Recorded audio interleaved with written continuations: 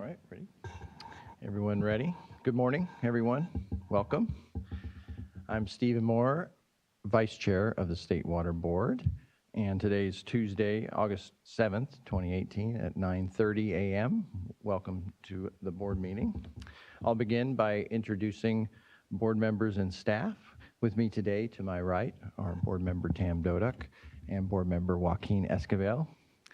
And I believe Board Member Diadama will be joining us shortly. And Board Member Marcus is not here today. Perhaps in a couple of hours, we'll see. And with that, Ms. Sobek, would you please introduce staff assisting you today? Thank you, Vice Chair Moore. With me today, on my left is Chief Counsel Michael Laufer. On my right, my Chief Deputies Jonathan Bishop and Eric Oppenheimer. Janine Townsend is Clerk of the Board, and assisting her is Courtney Tyler. Well, thank you. I'll briefly go over emergency evacuation procedures. If you hear an alarm sound, please identify the exit nearest you, gather your valuables, and proceed without panic down the stairway outside the building. We meet at Cesar Chavez Park, which is catty corner to the EPA building, if you want to hear the all clear signal with us. And I want to let you know also that we're webcasting the meeting, and so please speak into the microphone so that folks that are watching on the web can hear you. And then finally, last but not least, please turn off all noise-making devices, including cell phones and other things, to avoid distractions. Okay, and with that done, we're on to the section of the meeting where the public forum, where the board will hear from any person wishing to speak on an item that's not pending before us or a regional water board. We have no blue cards, going once, going twice. Very good. I'll move right along then to item number 1, where the board will consider the minutes from the July 24th, 2018 meeting, which I was not attending. So I'll entertain a motion. Can we pass with 2? Okay. I'll move for adoption of the July 24th board meeting minutes. Well, we don't have to second. Oh, technically, no. Okay. And all those in favor? Aye. Aye. Motion passes. We decided that while you were gone. Okay, very good. See, I knew I could rely on you. Very good. Let's move to item number 2, which is an uncontested item. It could be voted upon unless there's a request for it to be removed from the uncontested item calendar. This is regarding delegation of authority to the Delta Water Master. Do we have any presentation planned, or would the board? I would entertain a motion if there's no cards on the matter. Okay. I will move for adoption of this item. And with that, all those in favor? Aye. Aye. Motion carries. And we are moving right along. So, Ms. Sobek, could you please introduce item 3, hydrologic conditions? Yes, I think you did. I think this is our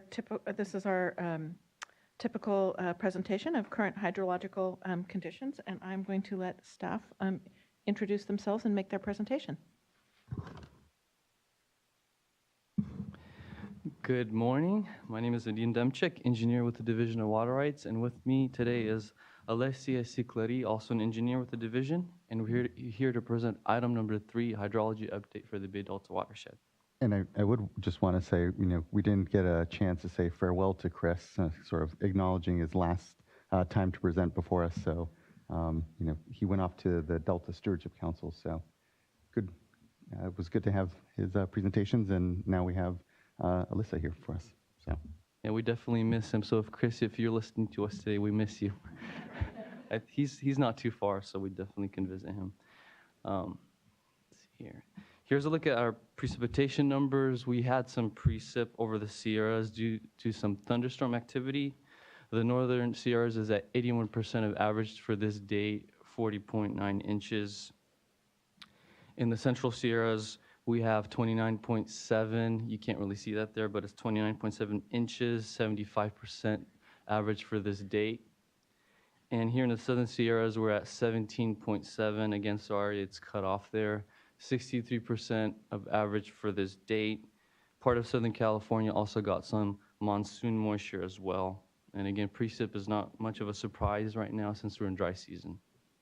Thanks, Mr. Demchuk. A quick question. Yeah. Often a lot of, our requirements are tied to what type of water year it is. Are we, at this point, it's interesting because you just showed a 4/5 precipitation, 3/4, and then a 2/3, more or less. What does that add up to as far as above normal, below, well, it's below normal or dry? Have any determinations been made? It's definitely below normal to this date. Let's see here.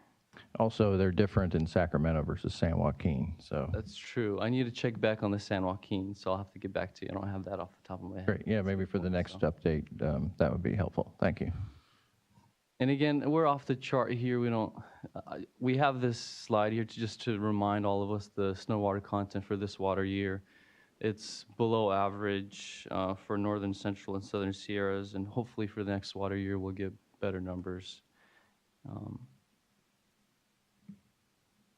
But HOPE is not a water quality planning technique, just so you know, just a quick reminder.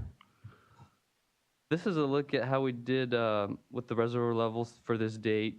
Pretty good shape, I would think, for this time of year. Of course, the carryover from last year really helped, and the decent precipitation that we had in March helped as well.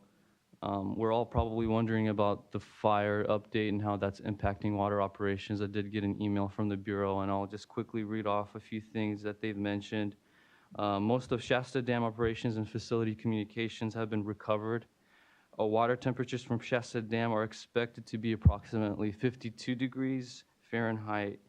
Temperatures downstream from Keswick Dam are expected to be at or below compliance. Most Keswick Dam operations and facility communications have also been recovered. However, some power transmission lines have been compromised, and the Spring Creek power plant is still recovering.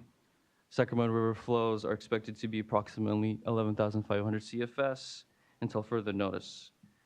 Whiskey Dam operations and facility are still inaccessible, and communications are impaired. Clear Creek flows are expected to be about 115 CFS and 120 CFS until further notice. Temperatures downstream from Whiskey Dam are expected to be at or below compliance thresholds. Trinity Dam is intermittently isolated from the power network due to the fire activity. Lewiston Dam releases to Trinity River are expected to continue to be approximately 800 CFS. But due to the fire activity, it's still threatening the Trinity and Lewiston areas. And so we'll see what happens there in terms of operations.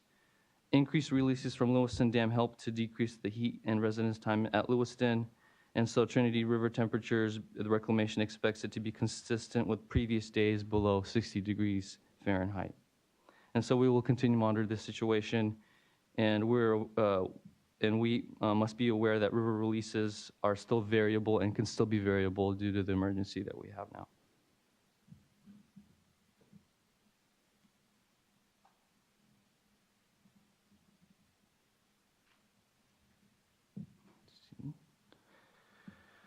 Kachuma Reservoir is at 35% of capacity.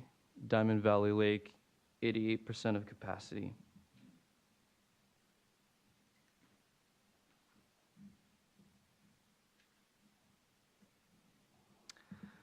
Drought conditions, we see moderate to extreme drought in Southern California. In Central and Northern California, we're getting some abnormally dry to moderate drought conditions. And if you look at that top right chart, the first row, middle, third column, we see that we're about 45% of California is moderate to extreme or exceptional drought, D1 to D4. Short-term outlook is showing higher odds of warmer than normal temperatures. And we're noticing some above normal precip for the bottom half due to that monsoonal condition. And this concludes our portion of the brief, and we're available for any questions board members may have. Thank you. Any questions? All right. Thank you very much for the update. Appreciate you putting this together. And with that, I think I'll move things along there. Ms. Sobek, could you introduce the next item? Yes. Item number 4, which is an informational item, is our update on emergency water conservation regulation, specifically urban water conservation. So presenting today is Jelena Hartman. Thank you. Good morning, Vice Chair Moore, members of the board. Thank you. Jelena Hartman, Senior Scientist in your Office of Research Planning and Performance. This is item number 4 on urban water conservation, bringing you a report for June 2018. And the headline is that compared to 2013, the use in the month of June of this year was 16.8% below that level. We do have data on statewide urban water production, which provides a really large context for these results, for this report. The blue shaded area shows the 2013 baseline water production, and the dark blue line is for 2018. These are preliminary results because our reports are not complete. And the tentative result for June 2018 is that the urban water production was 170.4 billion gallons. Estimating for the missing reports, we are probably close to the production of last year. So the dark gray line for 2017, at or slightly above that dark gray line, probably around 182 billion gallons. But what we do see is that we are well below 2014 and well below 2013, and the 34 billion gallons saved in June 2018 is 16.8% savings. And for the entire year, for 2018, cumulative water savings this year is 142 billion gallons. And that is a significant amount of water. If we consider that the statewide average daily use per person per day last year was 90 gallons, the amount of water saved this year is enough to supply more than 4.3 million Californians with water for 1 year. So this is a good result. To drill into our June report, we do have 49 missing reports for June 2018, but the majority of suppliers that did report for June 2018 reported some level of savings, which is shown in these blue slices of the pie, and almost 1/2 reported reduction in production compared to 2013 between 10 and 20%, and 1/4 savings of more than 20%. These are good results. It's relatively similar to last year.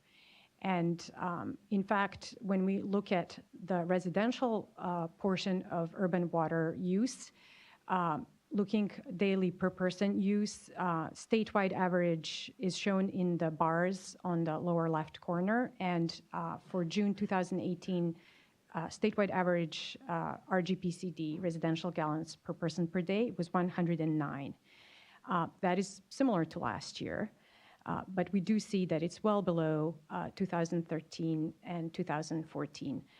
The use has gone up compared to 2015 when we had the mandatory conservation targets in place. You know, it's interesting because it, just anecdotally, it appeared this year that water suppliers were really putting out the message, the good message about the need to conserve for the coming year because we had such a dry February and we were concerned about water supplies at that point in the year. But it seems to have carried on with some momentum. And I wonder how much, the messaging is really important, and also just, folks getting into habits of watching outdoor use, and how we explain this successful outcome. That's right. That's a point well made because all these Junes from 2013 to 2018 have been well above average in temperature, and we know that conditions affect water use. But for example, the hottest June among all of these was 2015.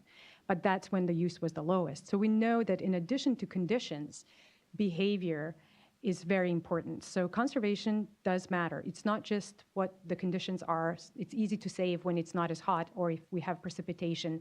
But these data clearly show that messaging and the change in behavior do have significant outcomes. So this is really great.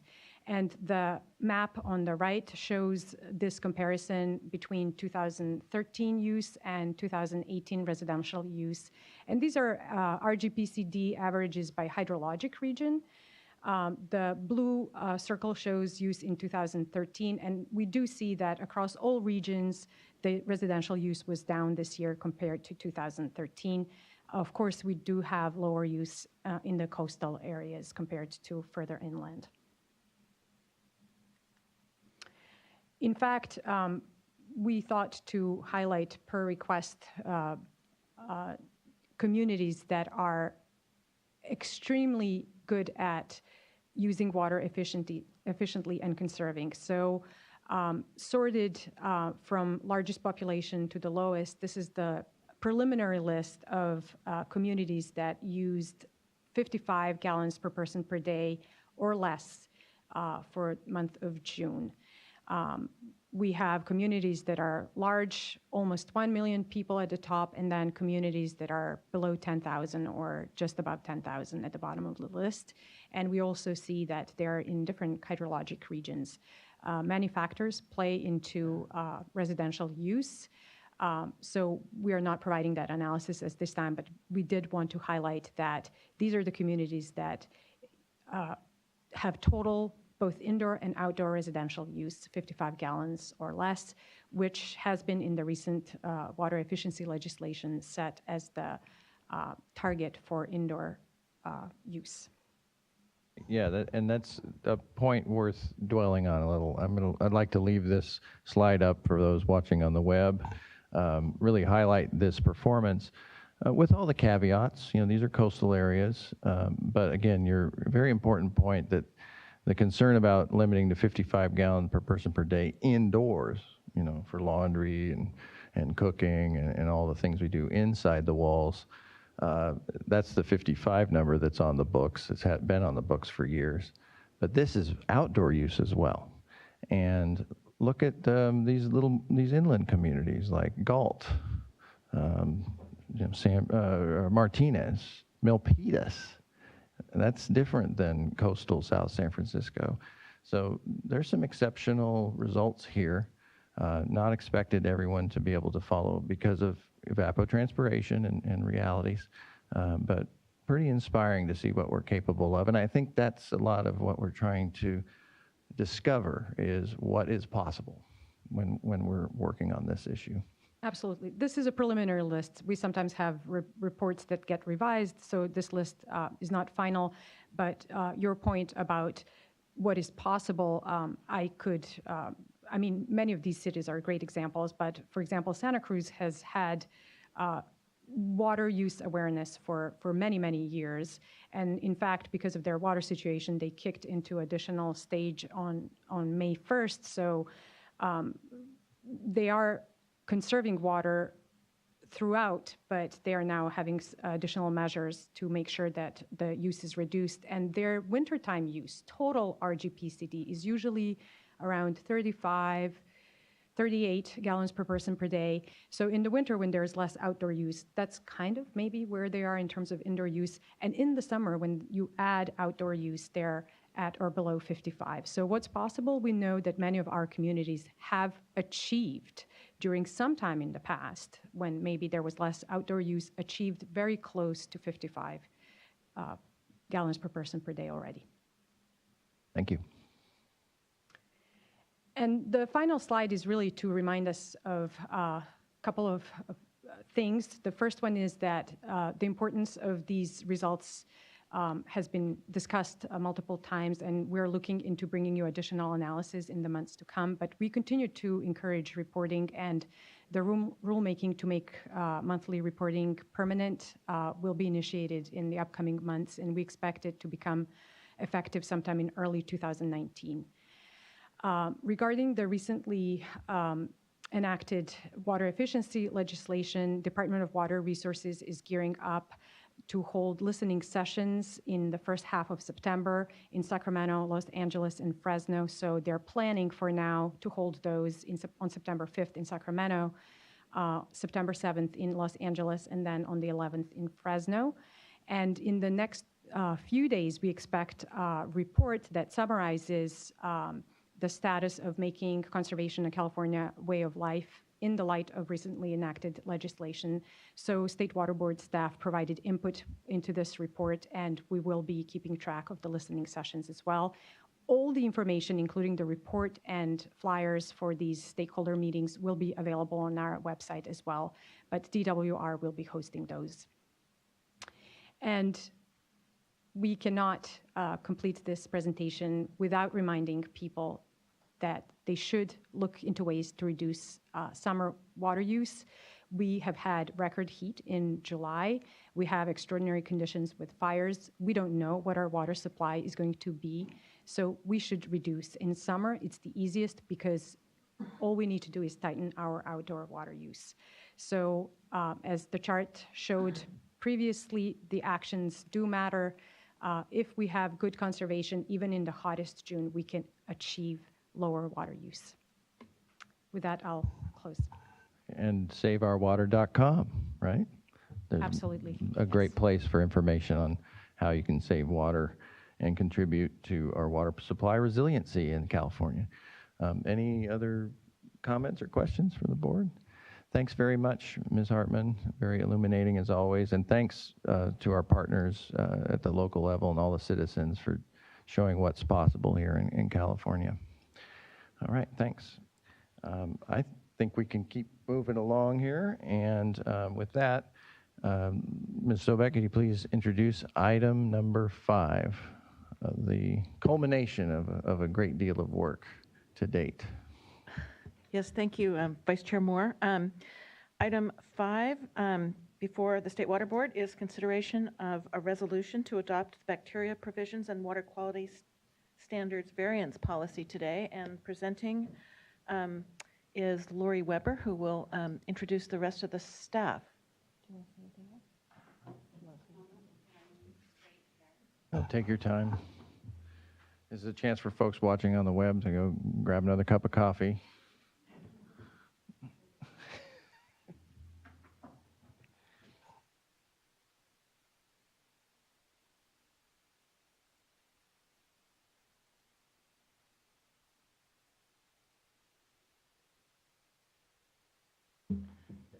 Oh, can you guys hear me okay? All right, please proceed. Good morning, Vice Chair Moore and members of the board. I'm Lori Weber, Senior Environmental Scientist and Supervisor of the Surface Water Quality Assessment Unit in the Division of Water Quality. To my left is Rebecca Fitzgerald. She's the Chief of the Water Quality Standards and Assessment Section in the Division of Water Quality. And to my far left is Stacy Gillespie of the Office of Chief Counsel. To my right is Lark Starkey, our Sea Grant Fellow in the Division of Water Quality. Well, I'm always thrilled to see, regional board alumni join the state board and help us out. We have Lori from Central Valley, Rebecca from North Coast. I think I saw some North Coast folks in the audience. It's just great to see our cross-pollination and our family. Thanks for joining the state board. Happy to be here. Very happy. So we're here today to present for your consideration the proposed bacteria provisions in a variance rule that would become part of the Inland Surface Waters Enclosed Bays and Estuaries Plan and the Ocean Plan.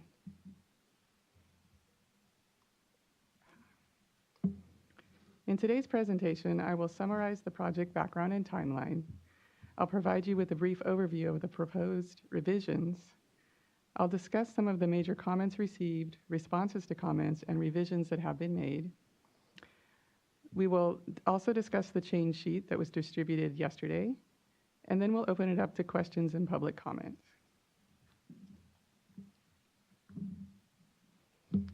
In 2012, the US EPA updated their recommended bacteria criteria for the protection of public health during water contact recreation, or REC 1 uses. The existing bacteria objectives contained in the Regional Water Board Basin Plans and the Ocean Plan are inconsistent with the 2012 criteria and often inconsistent with each other. The proposed bacteria provisions aim to update and harmonize bacteria objectives throughout the state. They are largely based on US EPA's 2012 recommendations. They utilize the best available science to protect human health during water contact recreation. And they would establish consistent statewide objectives and implementation approaches. One of the proposed implementation approaches is the variance policy. And note that while this policy is included in the bacteria provisions, it would apply to other pollutants as well.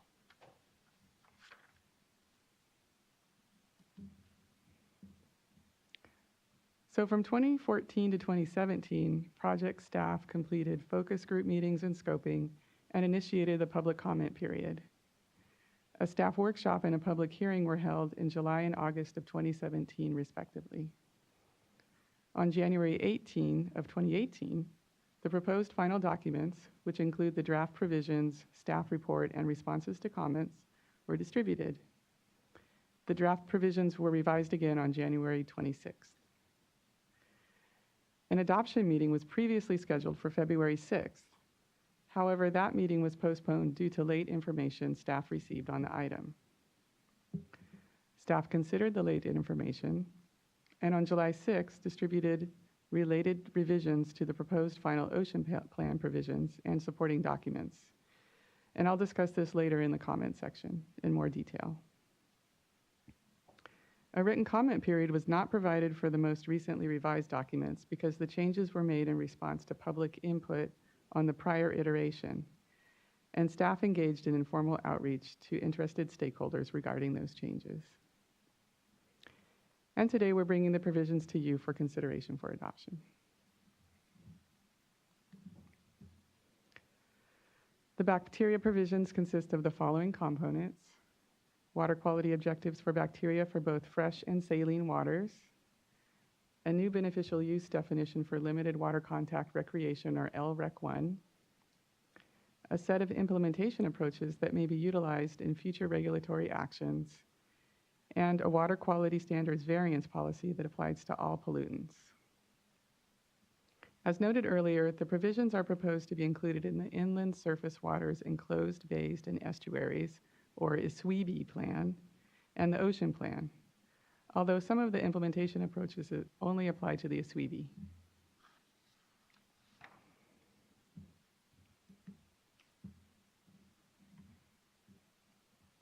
You can say Asweeby, but don't say NIPDs. That's a East Coast thing. NPDES. Yeah, on the All right, West thank Coast, you. we're NPDS all the way. Yeah. So the Rec 1 bacteria objectives. The table on the left-hand side of this slide summarizes the proposed numeric bacteria objectives. For fresh water, E. coli would be established as the sole indicator of pathogens, and enterococci would be established as an indicator of pathogens in saline waters. For the Inland Surface Waters Enclosed Bays and Estuaries, or a SWRCB plan, which I will now call a SWRCB from now on, the proposed provisions include both indicators. In the Ocean Plan, the provisions would establish a new enterococci objective. Each objective has two numeric components: a geomean value that is calculated every 6 weeks on a rolling basis, and a statistical threshold value, or STV, that is calculated on a monthly basis and shall not be exceeded by more than 10% of samples collected within that month.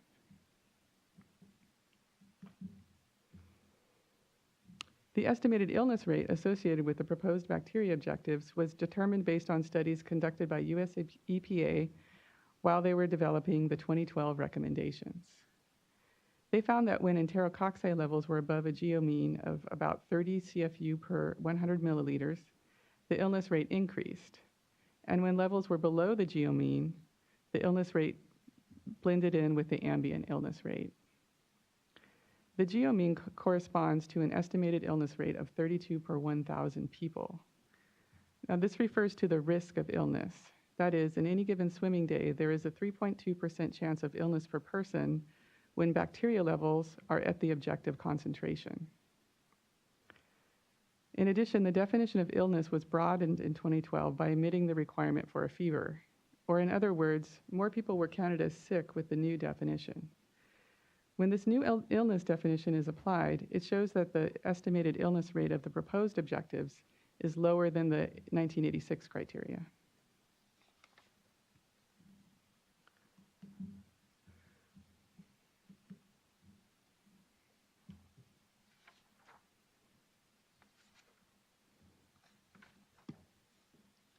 Did I miss a slide? I think I skipped a slide. Sorry. The proposed objectives would supersede any existing numeric bacteria water quality objectives in the regional basin plans that are linked specifically to REC 1 uses. They would not supersede any narrative or site-specific bacteria objectives in basin plans or in the ocean plan. Existing bacteria TMDLs would remain in effect, and the new objectives would not replace TMDL targets or waste load allocations developed for the purpose of restoring waters impaired for REC 1 uses. The SWRCB provisions include a new beneficial use definition for limited water contact recreation, or LREC 1, that may be used in situations where physical conditions limit body contact with water. The provisions themselves do not designate LREC 1 in any water body, but provide a consistent definition for regional boards to utilize where appropriate. And on that point, isn't it true that we're not proposing this as a first, for the first time? We're basing these recommendations on regional board actions that have happened before Right. now. Yeah, there's, did you want to elaborate? Yeah. At least in Region 4 does have a limited. Region 4 has one, and I believe Region 8 also.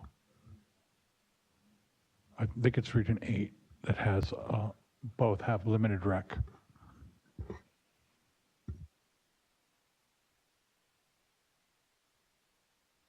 Both the SWRCB and the Ocean Plan proposals include options allowing for a reference system, anti-degradation approach, or a natural source exclusion approach.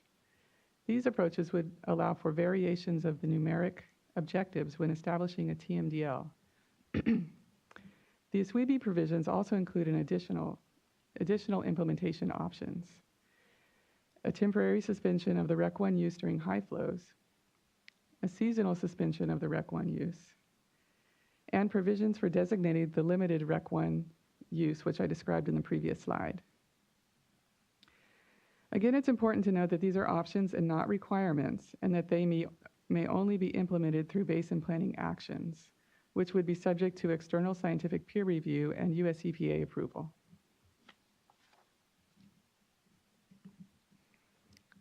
On to the variance policy.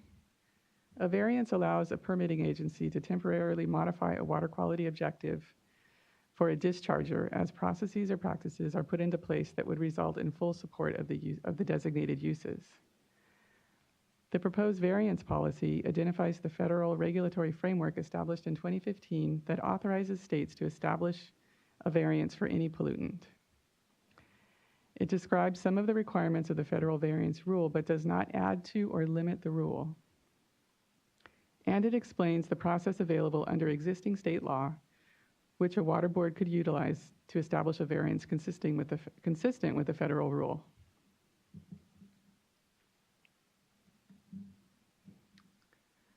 Okay, now I'm going to talk about the comments and responses.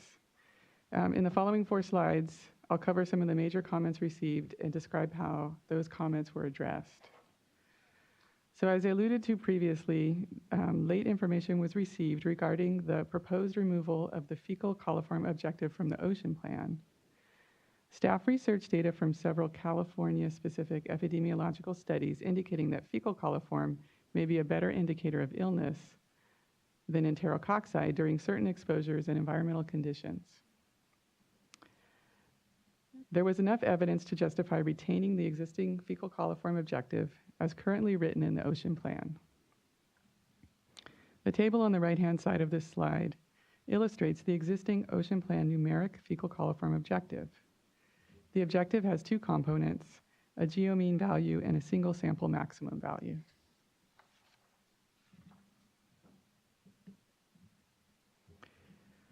Should this item be adopted, this is what the ocean plan bacteria objectives would look like with both the enterococci and fecal coliform objectives.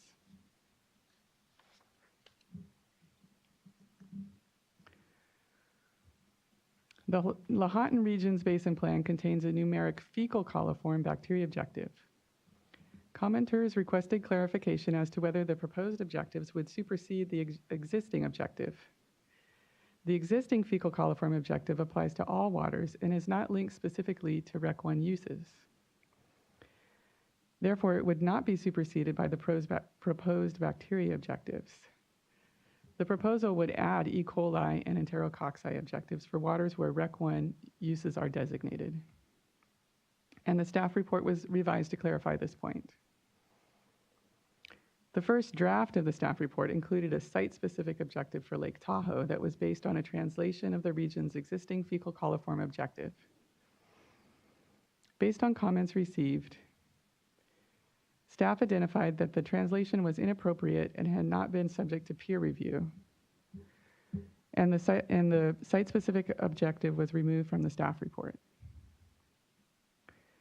Our proposed resolution encourages the Lahontan Water Board to consider evaluating the fecal coliform objective in their next basin plan triennial review.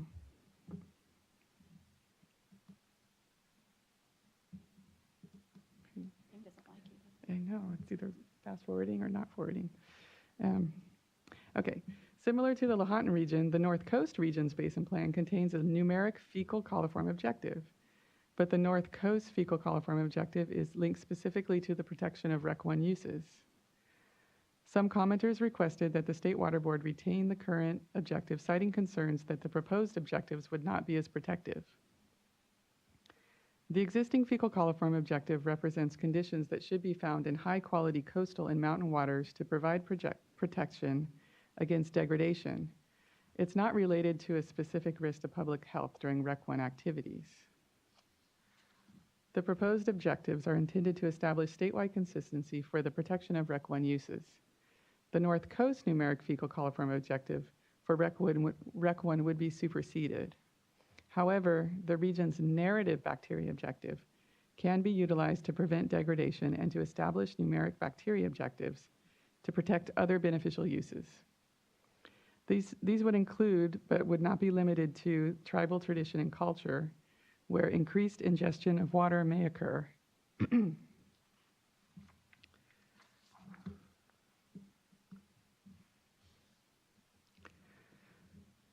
The provisions would allow for reference system anti-degradation and natural source exclusion approaches only within the context of a TMDL developed by a regional water board. Some commenters requested that these approaches be allowed under a TMDL alternative, such as the watershed-based stormwater management plan. A TMDL provides a scientifically rigorous, systematic, and transparent framework to restore impaired water bodies. TMDLs are approved by the water boards and the US EPA. Currently, there is no established method for determining if a TMDL alternative meets the same level of rigor as a TMDL.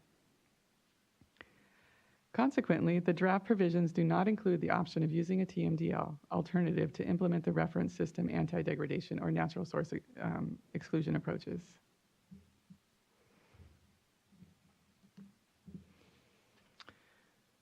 So in conclusion, staff recommends adoption of the proposed final bacteria provisions as presented in the draft final documents. We also recommend that you adopt the change sheet that was distributed yesterday. I'm going to turn it over to Stacy to address the change sheet language. Great, thank you. Janine, are we able to get that? Yeah. Able to get that online?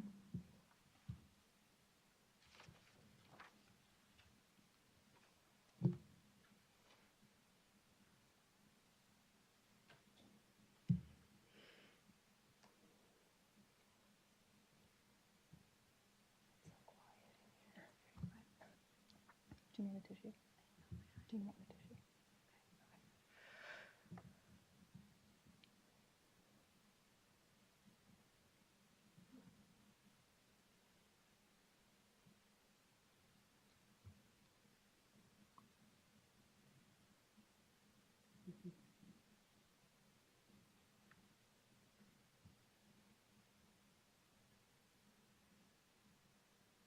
Thank you, Janine. Good morning, Vice Chair and members of the board. This change sheet is one that we circulated yesterday, and it shows revisions in green, bold, underline, and strike through changes that are made both to Part 3 of the SWRCB and also the Ocean Plan Amendment.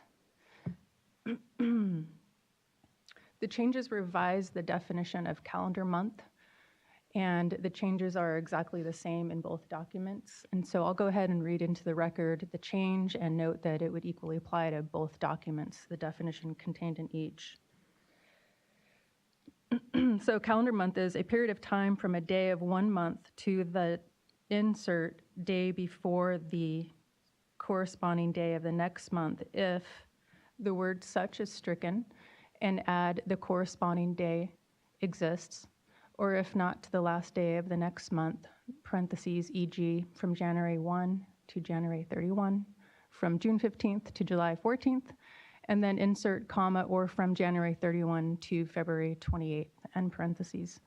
And this change was necessary as spotted. We wanted to make sure that the accounting of the months was of the calendar year, and at the same time that no single day was counted twice, that would inappropriately turn a 30-day calendar month that's intended to be static to a more rolling nature. And that concludes the change sheet discussion.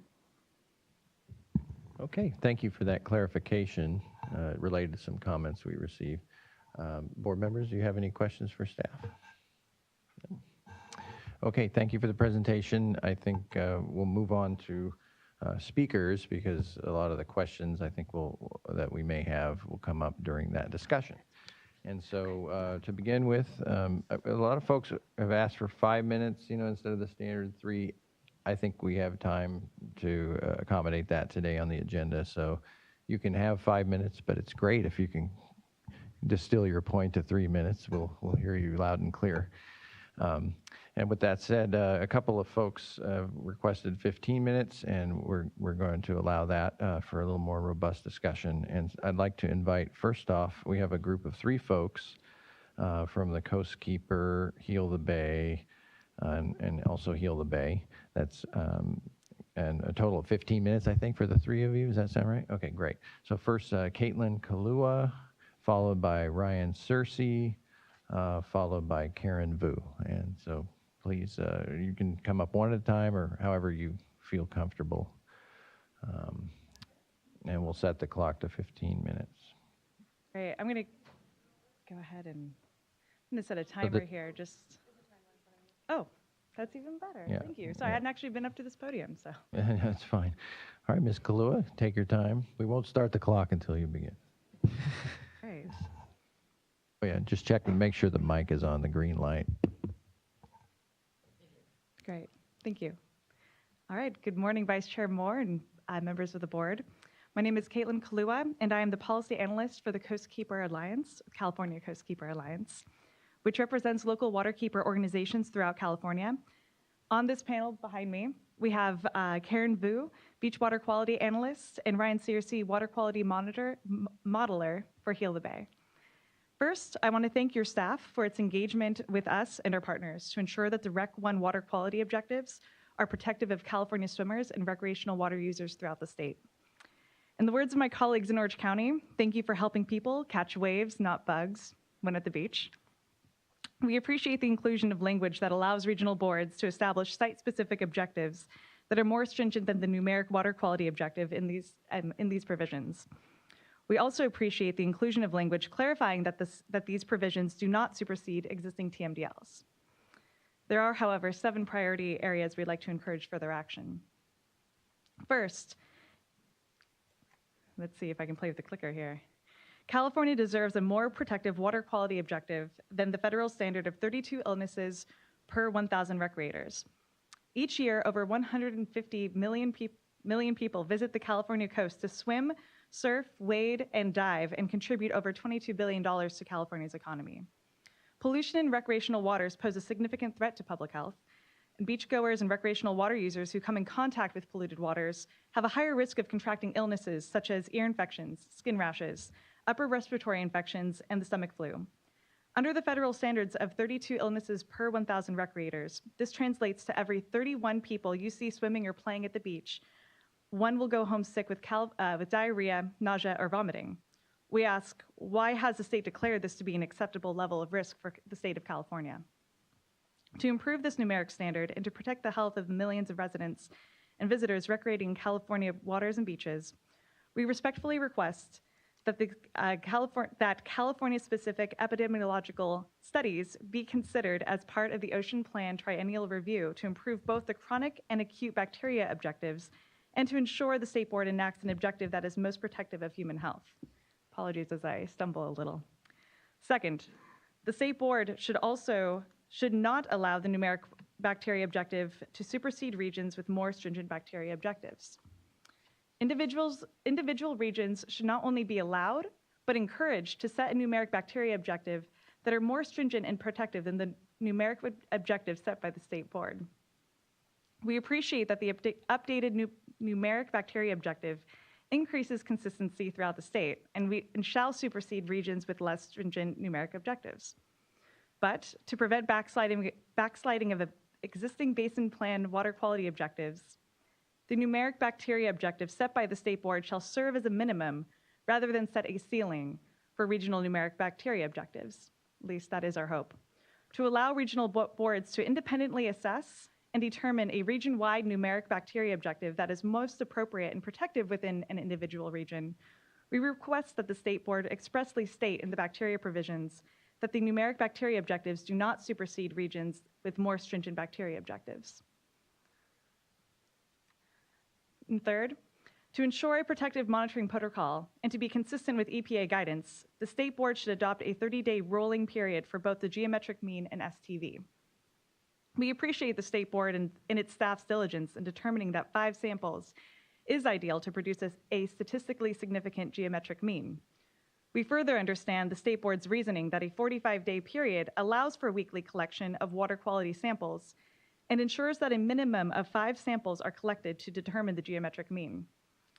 Despite this rationale, a 30-day period is more protective of public health and is in line with both AB 411 standards and the EPA guidance as identified in Section 3.6.4 of the US EPA 2012 Recreational Water Quality Criteria.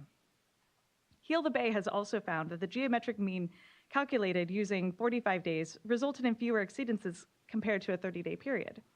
Ocean water quality fluctuates easily due to short-term causes, such as rain events, and a longer time frame can mask these fluctuations in water quality. Further, a geometric mean may not be representative of actual water quality conditions if samples collected 6 weeks prior are factored into the calculation. A 30-day period is more technically sound and provides a more comprehensive analysis of long-term water quality. Further, the State Board has chosen to use an STV, which allows bacteria levels be repeatedly exceeded in a set period before a waterway is deemed impaired, rather than a single sample taken from a single event. The current provisions measure the STV month to month, arbitrarily starting anew at the turn of each calendar month. Without the use of a single sample maximum, the STV must reflect spikes in the presence of bacteria, and a rolling 30-day, rather than a static month-to-month period is best at detecting these spikes. The time period of the STV should also be the same as the geometric mean. As stated in the EPA 2012 Recreational Water Quality Criteria, the STV is derived from the water quality distribution as defined by the geometric mean. Therefore, to ensure the most protective interval for public health, we request the State Board adopt a 30-day rolling period for both the geometric mean and STV. Thank you for the opportunity to comment and for ensuring California continues to be swimmable. And with that, I will pass the microphone to my colleague, Ryan Searcy from Heal the Bay. Thank you. Quick transition here to save some time. Thanks, Caitlin. Thank you, Honorable Board, for having us here today. And again, a sincere thanks to John and your staff for being really amenable to and responsive to us as we try to modernize our water quality standards here at the state. My name is Ryan Searcy, and I'm the Beach Water Quality Modeler at Heal the Bay. We're an organization dedicated to keeping the coastal waters and watersheds of the greater LA region safe, healthy, and clean for all those that wish to use it. Many are familiar statewide with our Beach Report Card program, which for nearly 30 years has used routine monitoring data, translated that to easy to understand A through F grades for nearly 450 beaches. we're an organization dedicated to using data and the most relevant science to guide our policymaking. Again, want to thank the board staff for going back to the California epidemiological studies to retain the fecal coliform standard. We were initially alarmed that the state hadn't done this, despite the fact that there was widely available California epi studies that California taxpayers had funded in recent years. But based on historical monitoring data at California beaches and the results from these epi studies, we know that fecal coliform remains an important indicator for California beaches. So again, we appreciate the staff going back and looking at the relevant science on this matter. And we also appreciate the state stating that they'll go back at a later date to consider updating the appropriate objectives. However, the inconsistency that now remains for enterococcus between the ocean provisions and the AB 411 standards that are used for public notification create a confusing framework that could lead to ineffective regulation of polluted beaches and may eventually lead to weakening of health protections for California beachgoers. So we ask that the ocean bacteria provisions be aligned with the AB 411 standards. The state has declared that AB 411 or Title 17 remain the same for beach notification, but for regulatory programs like NPDES or MS4 permitting and the establishment of TMDLs, different values and metrics will be used in these ocean provisions to determine compliance. So this potentially could lead to situations where the beach is out of compliance due to AB 411 threshold exceedances, and thus the public is notified of pollution, but the ocean provisions are still maintained, leaving no regulatory mechanism to actually clean up the beach. Additionally, higher thresholds and more complex metrics without adequately considering the most relevant Californian science could potentially lead to weakening public health protections. The thresholds that are currently proposed are based on the EPA 2012 water quality criteria that were developed on studies that did not keep California's unique coastal waters in mind. So instead of using the EPA as the gold standard for the Golden State, we ask that the state take a pause and a deeper look. Until we have firmer evidence that these proposed enterococcus provisions aren't weakening public health protection, which can be done with a rigorous analysis of the aforementioned science, we argue that the existing more health protective AB 411 standards be retained for the time being. If this is not feasible, we respectfully request that California specific EPI studies be considered in the next round of the Ocean Plan Triennial Review. And then I'll pass this on to Karen now. Thanks. Very good. And while Karen's coming up, Mr. Brasso, you'll be next speaker. Thank you. Thank you, Ryan. My name is Karen Boone. I'm the Beach Water Quality Analyst at Gila Bay.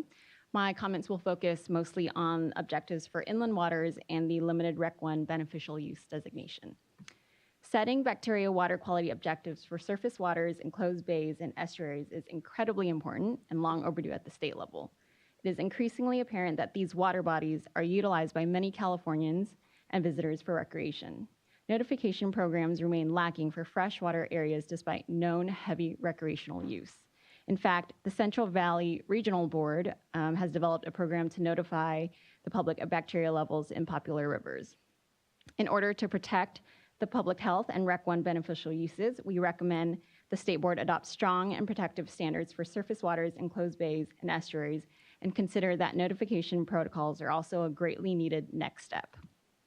Therefore, we ask the State Board to prioritize public health and set water quality objectives for both E. coli and enterococcus, not one or the other, for inland surface waters, enclosed bays, and estuaries, regardless of salinity limits. Whereas the State Board notes that enterococcus can sometimes multiply in fresh water and create false positives, relying on two indicators provides a more protective standard. Enterococcus is commonly used as an indicator species because it is found in high concentrations of fecal matter, and exposure to fecal-borne enterococcus has been linked to several health problems. The state is well aware of this, as their original amendment included enterococcus as the sole indicator for marine waters. However, eliminating enterococcus sampling in freshwater based on the possibility that its sources can be non-fecal related is negligent. Further studies, such as Wade et al. 2006, found statistically significant results that correlated enterococcus concentrations with GI illnesses at 2 freshwater beaches. Additionally, the 2012 recreational water quality criteria, EPA recommends using both E. coli and Enterococcus to measure water quality because both types of bacteria have important implications for human health. The amendment to use only one indicator for non-marine waters does not demonstrate that the state is being fully protective of our beneficial uses. In creating salinity limits to identify between freshwater and brackish water, we also request that the state board define an upper salinity limit for waters with a salinity greater than 1 part per thousand, wherein the plan for ocean waters would apply. The current objectives for brackish water include the same Enterococcus objectives as is proposed for ocean waters, yet fecal coliform is not included as an objective for brackish water. We would like to see the objectives for brackish water aligned with the objectives for ocean water. Alternatively, if they remain different, there must be an upper salinity limit clarified so that ocean water cannot be classified in this brackish category. Lastly, in prioritizing public health, we request that the state board should not apply a limited Rec 1 beneficial use statewide, or at a minimum, the state should create more rigorous guidance for establishing a limited Rec 1 designation. An LREC 1 opens the high possibility for MS4 permit holders to alter water bodies in ways that can restrict public access, thereby earning the LREC 1 designation that holds less stringent water quality standards. And this way, the state board is discouraging permittees to actually improve water quality, access, and habitat. An LREC 1 use will also have large implications for urban stream restoration efforts, such as the LA River, where a massive effort is underway to improve and increase public access to this urban stream. We encourage the board to consider the unanticipated consequences of applying this designation. If the state continues to pursue an LREC 1 beneficial use designation, statewide use attainability analysis criteria should be defined by the state. Deferral of the UAA is contrary to the Port of Cologne and Clean Water Act because the REC 1 beneficial use is being effectively eliminated over potentially large areas of Southern California. Uncertainty over the exact scope of the elimination of the REC 1 use does not excuse failure to prepare the required UAA or to integrate the analysis with the substitute environmental document and revised staff report. Gila Bay requests that the state board create statewide UAA criteria that include the following stipulations. 1, at least 5 years of consistent water quality monitoring data collected at least weekly showing chronic water body impairment. These data must be consistent among all areas seeking to undergo a UAA. Number 2, all efforts towards improving water quality, including best management practices, water quality improvement projects, and source tracking must be exhausted. These efforts should include an analysis of water quality monitoring data before and after project implementation. 3, adequate data that demonstrates human sources are not contributing to water quality impairment must be provided. Significant documentation of the suggested lack of public use or access must be provided. Lack of public use or access must be provided by obtaining information on documented historical use, personal interviews, historians, and digital archives. And number 4, assessment and consideration of downstream beneficial uses and how lowering water quality standards could negatively affect those uses must be provided. Additionally, the state should ensure that the temporary suspensions of REC 1 beneficial uses for high flows or seasonal fluctuations do not suspend the water quality requirements during that time. For example, during high flow events, it may be unsafe to enter the water. Temporarily suspending the REC 1 beneficial use to protect recreators against drowning hazards is warranted. But any suspension on water quality requirements during this time would contradict MS4 requirements to reduce the pollutant loading during rain events. Thank you for your continued commitment in protecting California recreational water usage. We'd be happy to answer any questions you guys have. Well, thank you very much for that well-organized set of comments. And of course, we did receive a lot of those questions and comments in writing. And so I was kind of keeping track of some. There were the 7 points. I may not have hit them all, but wanted to give afford you the opportunity to hear from staff to explain our responses on that, and maybe I can facilitate that a little bit here. So, that'd be great. On the illness frequency question, sometimes there's confusion about a literal translation of that 1 and 31 versus a probabilistic analysis that this comes from. And why are we comfortable with this type of frequency given, and the rigor of the science that went behind it at the federal level? Yeah, thanks for giving me an opportunity to hopefully try to explain how we tend to think about this. When you look at the epidemiological studies that were the foundation of EPA's 2012 recreational criteria, and I'm going to take as an example here, just for simplicity's sake, the ocean water objective for enterococcus. They were really, when they did those epi studies and were looking about whether or not there was increased illness in people that were in the water and swimming or otherwise participating in water contact recreation, and they were looking at the level of enterococcus where they started seeing more people getting sick, where that illness rate started increasing. So around that 30 geometric mean, 30 CFU per 100 milliliter, the geometric mean that we're proposing as our objective, that's where they really started seeing then the increase in illnesses. Below that 30 CFU, they weren't seeing a statistically noticeable increase in illness over that over probably what you could say might be an ambient background rate.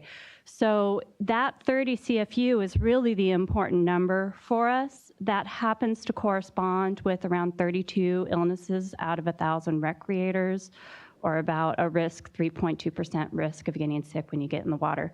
So I've been thinking about it for quite a while as it being that CFU is where that 30 CFU is where we're really seeing the illness risk increase. Not so much looking at the number of people out of 1,000 that are likely to get sick when they go in the water. It's not a cancer risk kind of a number that we may see the 1 out of 1,000,000 with other pollutants. This is more, again, associated with the data from the EPI studies. Yeah, and basically seeing a signal to noise, if you will, that above that threshold, the science shows you're observing something that yeah, this is a difference, versus below that threshold, there's some question or ambiguity about what the causes might be. That's correct. That's correct. Well, yeah, so I'm sure it doesn't make everyone feel wonderful, but it is a statistical analysis, and I think that was a good explanation. Okay, thank you. About a discernible. Thanks for asking too, because Yeah. I feel strongly that it is a protective number, and I hope that others see that as well, that we're not saying that we, are okay with 1 out of 31 people or. Right, and that's where we can see discernible potential causes that are of public health significance. And so thanks for that. I think that feeds into the next question a little bit. There's a concern about, well, if a regional water board has a number that appears more stringent, somehow they're doing a better job of protecting public health. Mm-hmm. But how is the science really different in North Coast region versus Lahontan versus Southern California? There's a link between microbial risk, pathogenic risk, and immersion and recreation. And so this is always an example. I thought, we should there's a strong argument for a statewide consistency based on science, because if you start saying protection is whoever's got the lowest number, that's maybe a false sense of security. Yeah, and I think it's also important to point out that many of the regional basin plans have total coliform, fecal coliform, E. coli, and enterococcus, sometimes all 4, sometimes a subset of those. So part of this action is to update the indicator bacteria parameters as well, so that we're using the indicator bacteria that are most linked to what will be a potential illness. So it's not only what you were talking about, Mr. Moore, about having it based on the most appropriate epidemiological studies that we have available to us right now, linking a number to illness, but also the indicator themselves. And I'll add to that, if I may, that with respect to the North Coast fecal objective that is being replaced, that, as has been mentioned previously, that's an objective that is not associated properly with risk of illness for primary contact recreation. And so it's acting as a correction there. And as I understand it, the regional board from the North Coast is very supportive of our proposed action. And also important to note is we're not establishing a ceiling, and that these proposals don't preclude any regional board from developing a more stringent or a site-specific objective down the road. Yeah, and there's a value in standardization that we need to take seriously. That you create customer confusion, really, if we have a different standard, if we cross over, the divide between Region 2 and Region 1 on the 101. Now I've got different standards to meet, even though I might be a local jurisdiction that manages that area that crosses the regional board boundary. So, I think there's a strong argument that you brought up about standardization. Okay, I can keep going with some of the questions, if it's all right. Did the rolling geometric mean comment, was that addressed somewhat by the calendar month change sheet number 1? No, the change sheet was really there because we realized that the definition wasn't completely accurate, and we wanted to clarify it while we had the opportunity. In regards to the difference between the rolling geometric mean and the statistical threshold value, a 6-week versus a 4-week, let me see if I can kind of walk everybody through a little bit why we are proposing kind of the metrics that we're proposing here. We see value in having a geometric mean that is spread out, that looks at data over a 6-week period of time. And, this is in order to be sure that we have enough samples collected, that we have some assurance statistically that the geometric mean is solid. So we want to have at least 5 samples collected. And we recognize that for several people that are out there on a weekly sampling frequency, that there are times when it's hard to collect a sample or impossible to collect a sample due to weather or access or some other issue. And we were trying previously to get 5 samples within a month's period of time, and we were really challenged by that. So we were looking at, based on the realities on the ground, having a 6-week period of time in which to try to collect 5 samples and give us some strength in our geometric mean. However, we did not want to wait for 6 weeks each time in order to understand if there was an exceedance of that geometric mean. So we proposed the rolling basis so that every week we can recalculate and understand if we have an exceedance or not. So that's our justification for why we think that that is appropriate as a more chronic measurement. The statistical threshold value is trying to get a little bit more at the acute measure, and we kind of started with EPA's recommendation there of a 30-day period of time, and we think a static metric is appropriate because any one rain event may result in a high level of bacteria that could be cause an exceedance then of that statistical threshold value. If we also used a rolling metric for that, that exceedance would end up having an effect probably for a 4-week period of time with each week as it rolled. And we want not necessarily reflect the more exposure the long, risk. Yes, exactly, more the long-term ambient quality of the water. And when we're looking at a standard, that's one of the components that we really want to be looking at. I think also within all this, and it's important context, is we're talking about indicator bacteria measurements that trigger management actions, expenditures, posting and all that. And so it's not as direct an indicator of public health risk as, more expensive pathogenic analysis. And so having something like a statistical threshold value versus a single sample exceedance, do you think we have a stronger justification for that type of acute threshold because of the fact that we're dealing with indicator bacteria, not pathogens? Well, I kind of think that our objective right now, it's the geometric mean and it's a statistical threshold value or the 90th percentile of that data distribution. And that's what we're kind of going to look at to see if the objective is attained or not obtained over time.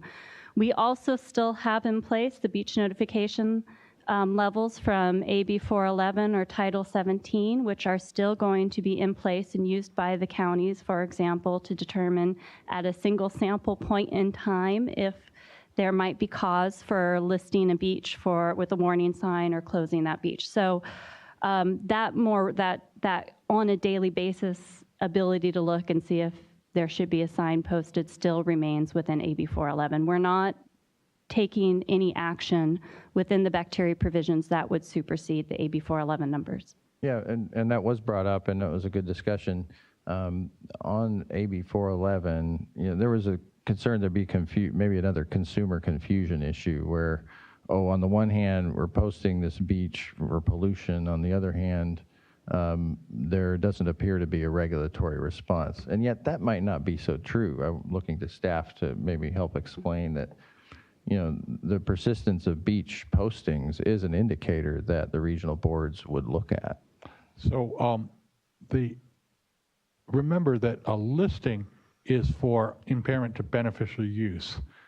We usually do that with a water quality objective that supports a beneficial use. But if the beach is posted for an exceedance of 411, that's an impairment of beneficial use. So it, in and of itself, still would trigger a listing.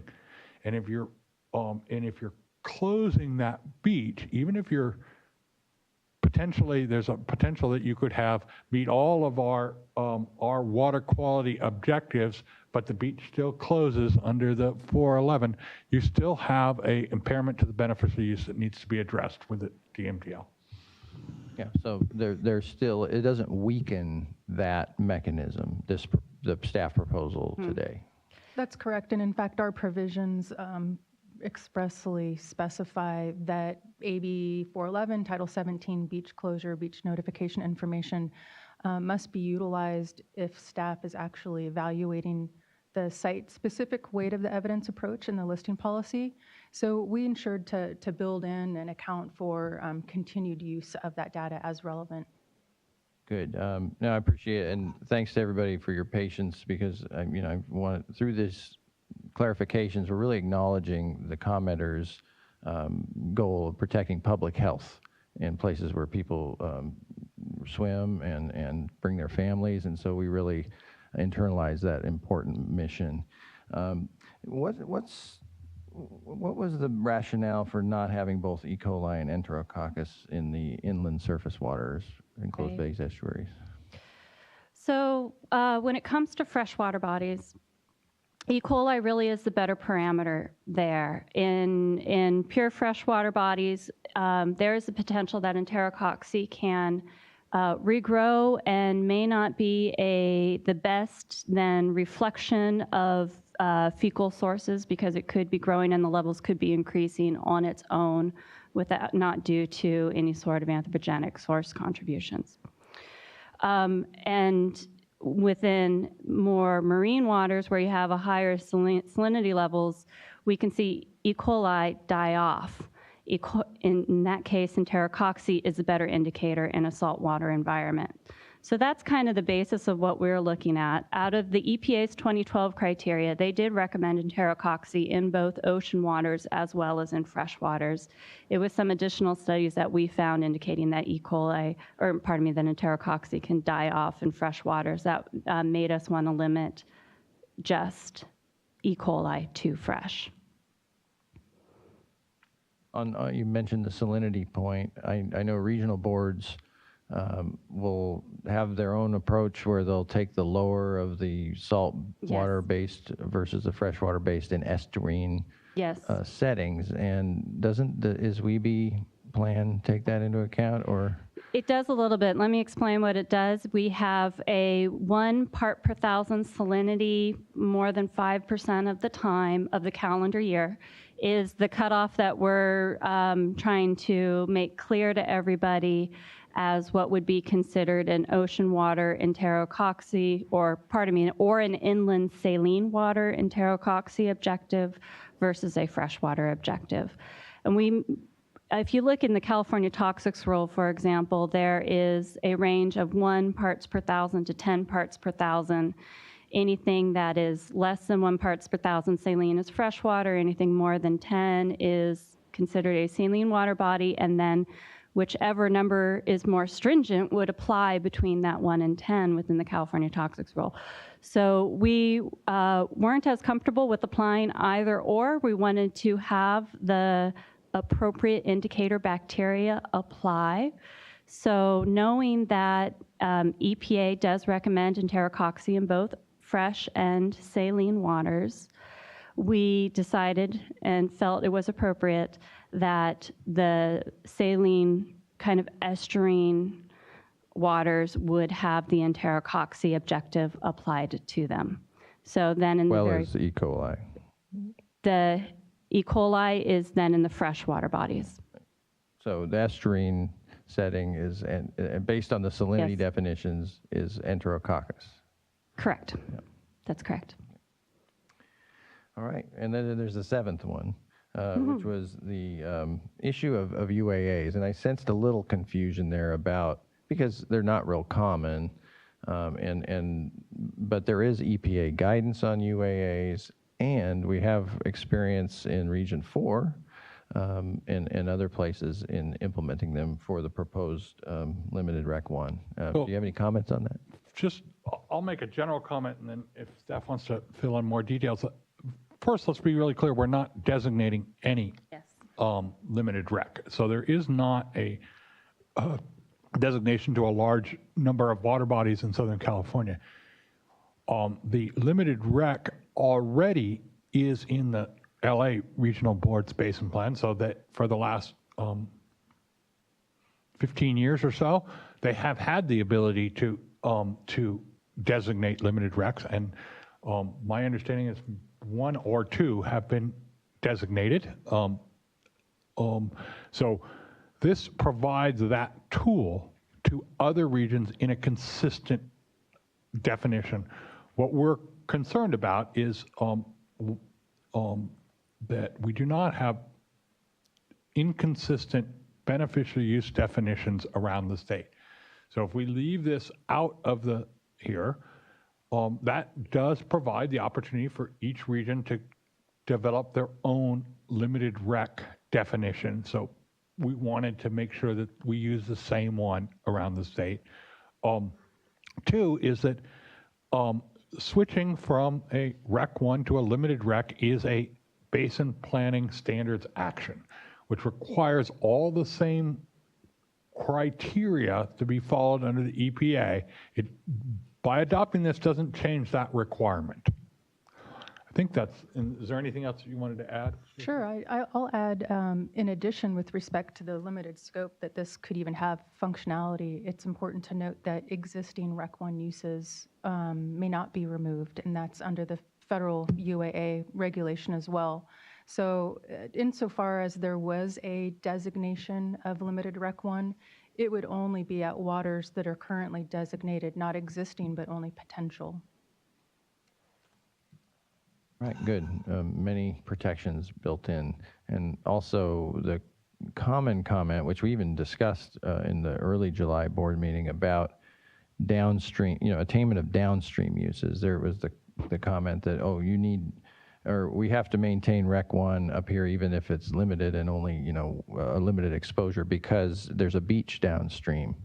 That's a bit of a belt suspenders and others' approach. It's not that through an action of doing limited Rec 1, we ignore that. That's right. And with respect to designating a water with limited Rec 1 and having a corresponding water quality objective, it must be protective of downstream uses. And certainly with respect to the one reach in LA River that was designated with Rec 1, Limited Rec 1. Yeah. Limited Rec 1, thank you. What happened there, the associated objective to protect the limited Rec 1 actually had the same geomean numeric as Rec 1, and the single sample maximum was varied to allow for greater exceedances.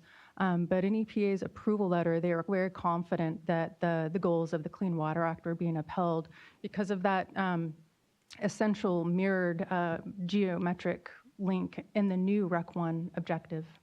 So that was a way of demonstrating a connection. That's right. Good. Yes. I just wanted to bring up one issue that in the first comment, the presenters had asked us to look at the epidemiological studies for the illness rate in the basin. And we are looking under the review of the ocean plan. We are proposing to have a review of the fecal coliform, but it may be worth expanding that to be clear that we would look at the whole issue, not just the fecal. And I think that would be more in line with what they asked. And Fine. Well, yeah, I can look to my colleagues on that. It makes sense, that this would be one of the probably many possible things our ocean unit could look at for the triennial review.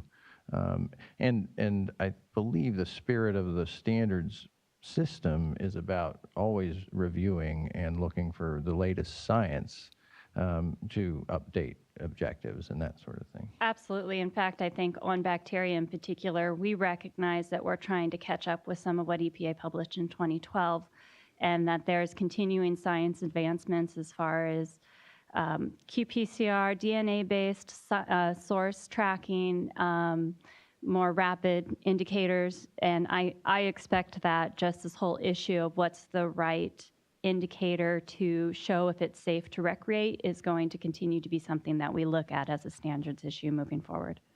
Yeah, and also for a real-time notification function, so that the public can look on their iPhone or their laptop and see if it's going to be safe to swim at the beach today, not just for bacteria, for harmful algal blooms and other issues. Right. So yes, the science will carry on in this area. Well, good. Thanks for that extended discussion and the comments and allowing us to respond. With that, we're ready to move on to the next speaker, Jeff Brosseau from California Association of Stormwater Quality Agencies. And after Mr. Brosseau, Ashley Desai, also representing CASQA for Larry Walker Associates, and then Drew Kleiss from the City of San Diego. Mr. Brosseau, good to see you. You as well. Oh, and we are setting this for 15 minutes. Thank you.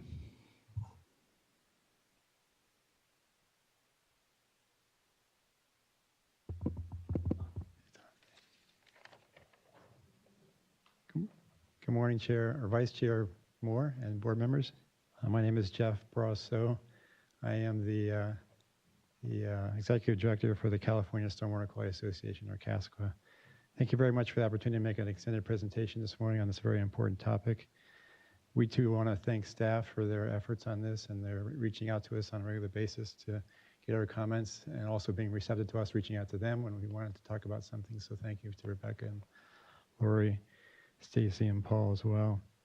I'm going to just sort of set up the presentation, and then Ashley Desai will give most of the presentation to you this morning. I'm going to talk about the our perspectives and comments in general. Let's see here.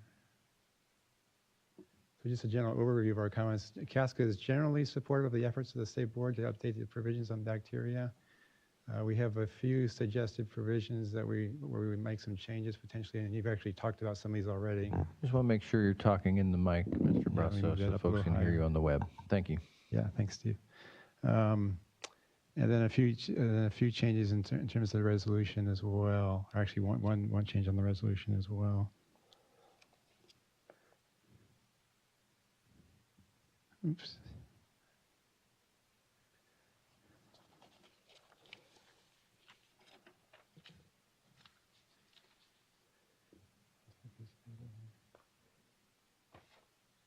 So in 2014, CASQA developed a vision for stormwater quality management in the 21st century. And in that vision, it states three principles, the first of which is that sustainable stormwater management uses runoff as a resource. It protects water quality and beneficial uses and efficiently minimizes pollution. The second principle is that policies, regulations, guidance, training, and funding need to support the sustainable stormwater management principle in the first place. And from CASQA's perspective, these principles, when applied to the bacteria provisions, mean that the objectives and the associated implementation provisions should focus stormwater management on the actions that are most likely to reduce the risk to recreators and support implementation of those actions in the most effective way. Addressing bacteria is one of the largest challenges for stormwater agencies face. It's actually the pollutant of concern is listed the most in the TMDL or in the 303D listings in the state for us. And particularly during wet weather, a very challenging situation for us in wet weather. So it's critical that the bacteria provisions support reducing the risk to recreators in a way that is effective and efficient and not force actions that are high cost or do not meaningfully impact human health risks. So we really want to kind of focus and be very sort of lean and mean about our approach to this. And with that, I'm going to turn it over to Ashley to talk about some of the technical details. Thanks, Jeff. Again, my name is Ashley Desai. I'm with Larry Walker Associates. We're the regulatory consultant to CASCA. I appreciate the opportunity to speak today. I think we've talked a lot about some of the things we're going to mention today, but I think the key thing is we really appreciate that these objective changes start focusing us towards addressing risk versus worrying about the specific indicator that we're talking about. As we all know, these bacteria objectives that are being set are an indicator of what really makes people sick. And those indicators cover a wide variety of sources. So you can get some from wildlife, but what we are starting to learn about is that the human sources are the ones that are really important, and that there's some risk from other sources. We really want to be addressing the things that are most likely to make people sick. And it's not always the same implementation actions that target those human sources as compared to the broader range of indicator bacteria. And so as a result, we want to move and continue to move with the science, as we've talked about, to get towards the things that really make people sick. And so it's important to recognize from our perspective that the objectives are not about the indicator, they're about the risk. And we need to not be held to older indicators as the science evolves. Yeah, that question mark might be cats, don't you think? Yeah. Well, unless they're indoor cats, of course. Those raccoons, though. And so one of the things that has been included that we really appreciate in the provisions is this reference reach natural source exclusion approach, that while we're still working through figuring out getting to better indicators, this allows people to not have to worry about addressing natural sources. The concern we have with the approach is that it's only allowed in the context of a TMDL. And so what that basically is doing is it's sort of prioritizing TMDL development over proactive implementation, because people who don't have a TMDL are stuck addressing natural sources. It's also effectively prioritizing recreation over ecology potentially, because you have to now go after these natural sources. And we think that I think it's really important to understand that there's been a variety of reference studies used or developed, and those are what are being used in almost all of the TMDLs that have been done in the state of California from the north to the south. And there's been some updated studies. They're all showing that this reference approach has about the same allowable exceedance frequency, plus or minus a few percent, depending on interpretation. So we can use these studies statewide. I think there's opportunities to do it in ways that are not TMDLs. So we're requesting a change that says in the context of a TMDL or an equivalent approved alternative plan. So it's not applying it everywhere, but if the regional board goes through, say, a watershed management plan analysis within the context of a stormwater permit, they do a TMDL alternative where they approve a resolution that says these actions are going to happen. We feel like they can approve the analysis. It'll be as robust as a TMDL, and it'll allow some other people access to this approach. And I'm going to actually come back and speak on behalf of Cayugas and give you a clear example of why this is a big concern. The second issue gets to, it's a similar thing, the E. coli versus enterococci and where they apply. The concern we have here is exactly what was expressed, that we see this potential regrowth in fresh waters, but we're concerned that that 1 part per 1,000 is not a good reflection of fresh waters, and that we really need to be looking at allowing all inland waters to be have the E. coli application. And we think that's consistent with the finding, which says that enterococci should be used as the indicator of pathogens in estuarine and ocean waters versus the inland waters.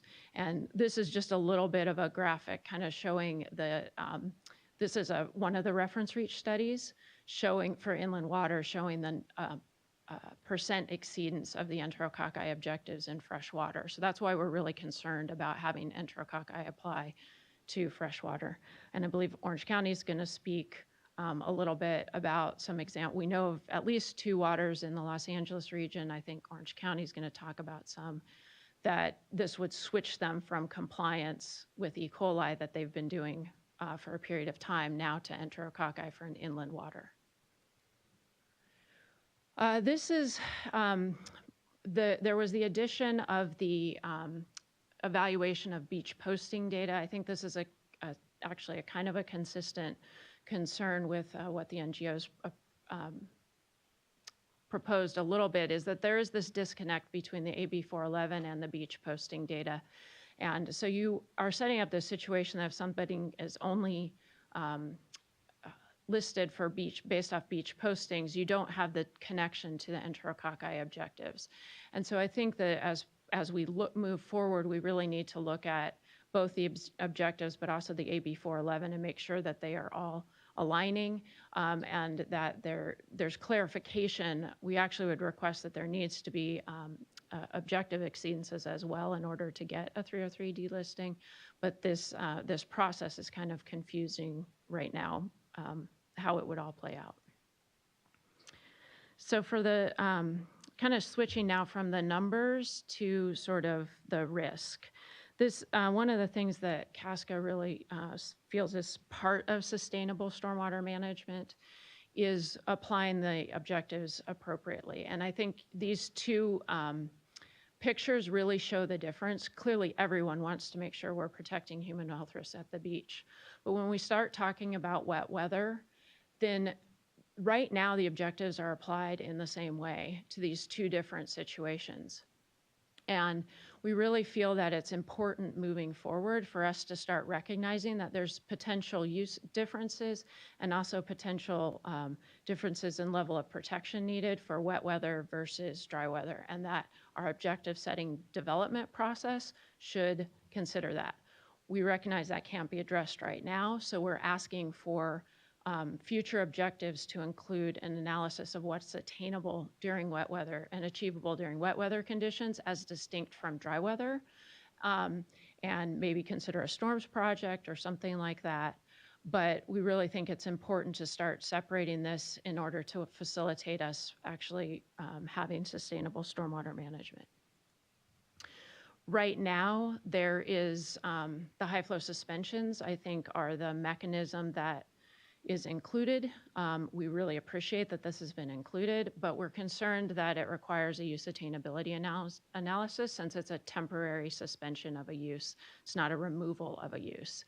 And we feel like that does not require use attainability analysis. I know we have a disagreement with this with the staff. We feel like that use attainability analysis was not done in the Santa Ana region to get the high flow suspension, but so we feel like it is not a necessary thing and it would only apply during these storm events when the use in the inland waters where the use does not exist.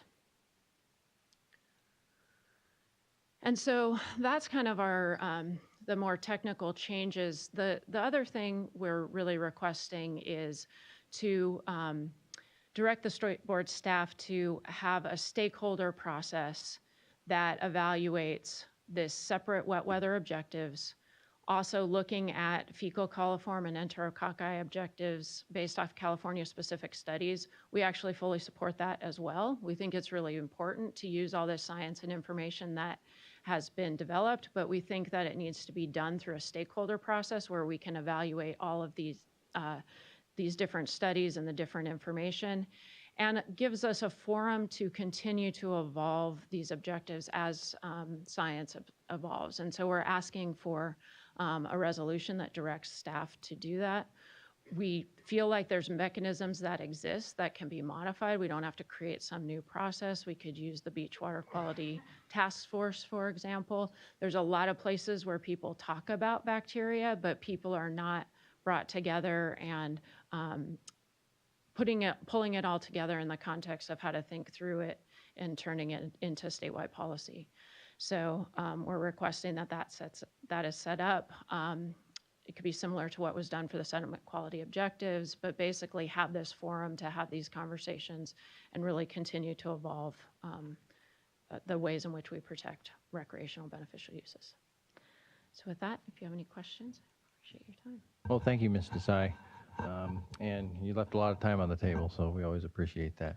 How about my fellow board members? Do you have any questions for CASQA or anything? You know, I wanted to do a time check real quick, actually, because it's been about an hour and a half. Are you comfortable keeping going? Yeah? Yeah, all right.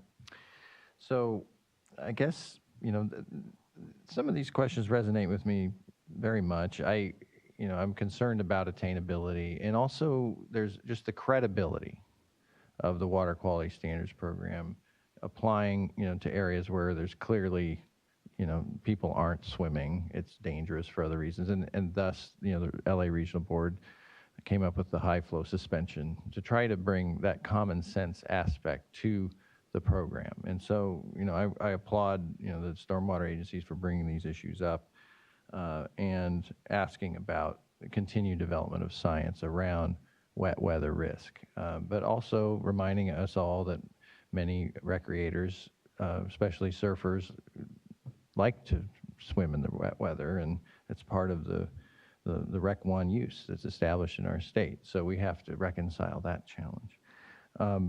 So just to drill down a little bit, I'm always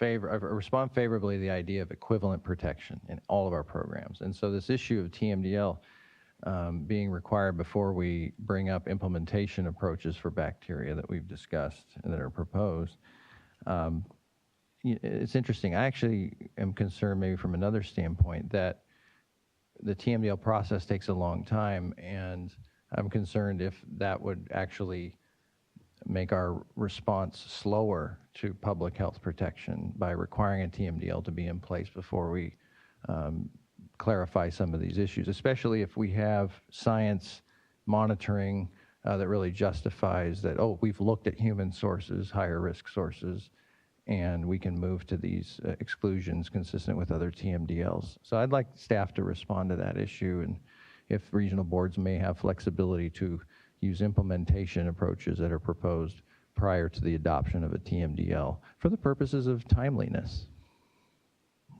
So I will say that we thought a lot about this as well when we were developing the provisions, recognizing that it does take time and effort, and is no small lift to develop a TMDL, and yet we kept coming back to the TMDLs being what we thought was the most appropriate mechanism in which to apply a reference beach or a natural source exclusion approach. For a few reasons. One, we want to make sure that the reference beach is the right reference beach for the water that you're talking about, or that you really have done due diligence to address any natural sources. So in order to have the, you know, kind of the source analysis, the technical work that you would need in order to demonstrate that you are appropriately applying these approaches, TMDL's good in that regard because you do get those good scientific efforts. We also wanted to have a public review process, a strong review process associated with these, because if you are applying one of these approaches, you really are starting to change the objective, and make sure that that's well vetted through a public process that goes before the regional board, often the state board, and then also that it goes to EPA for approval. We've been hearing from them that they would consider the use of one of these approaches almost to be a standards change, and we wanted to highlight that by going through a TMDL, it does go to EPA for approval, and they can use their 303C section authority when looking at it. So for those reasons, we kept coming back to the TMDLs as the mechanism. So I would say that that there are potentially other basin planning actions that that meet all those requirements that are not a TMDL. What I would caution is that, as requested, including it in a municipal stormwater permit without any basin planning action concerns us. But if someone was doing a site-specific objective, that to look at they may well could use a natural source exclusion or a reference approach, because that would be a planning and a standards action that could be taken. Whereas in a stormwater permitting action, you wouldn't go through those steps. You would essentially, the permit would just be modified to change the accepted, the limit. And so there is a concern that you would have a limit that wasn't connected to a standard based on that. That makes sense. Even though an MS4-based, compliance-based watershed management plan is designed to implement the standard, presumably that the staff would approve or executive officer, you need that assurance that it is tied into standards attainment if we're going to make these type of variations. It needs a basin plan context. Right, and I think you said it exactly, which is it's meant to implement the standard. It's not meant to change the standard. Yeah. Oh, good, very good. So MS4 implements standard. This type of natural source exclusion actually changes the standard according to EPA guidance. Okay, that helps distill that issue better. On the issue of concern on enterococci, I'm saying it wrong. I'm just butchering it. I'm not sure there's a right way to say it. I've heard enterococcus, enterococci, enterococci. Entero. Okay. There you go.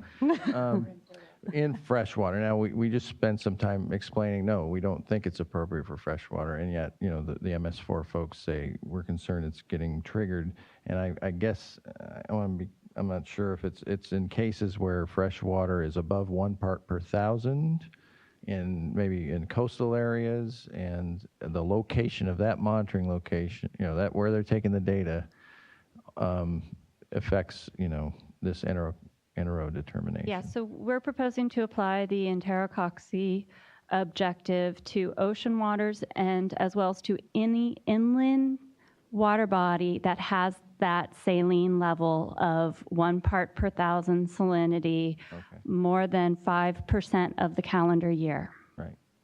Okay. So I guess you got to look at the salinity of your monitoring locations. So I think that, and you might want to ask them back up, but I think the concern is that 1 part per thousand isn't enough salinity in their opinion. Yeah. And so that there are places where we have inland waters with higher salinity than 1 part per thousand. On average, and that we might be getting the false data. Yeah. And so I think that's the question to discuss. Yeah.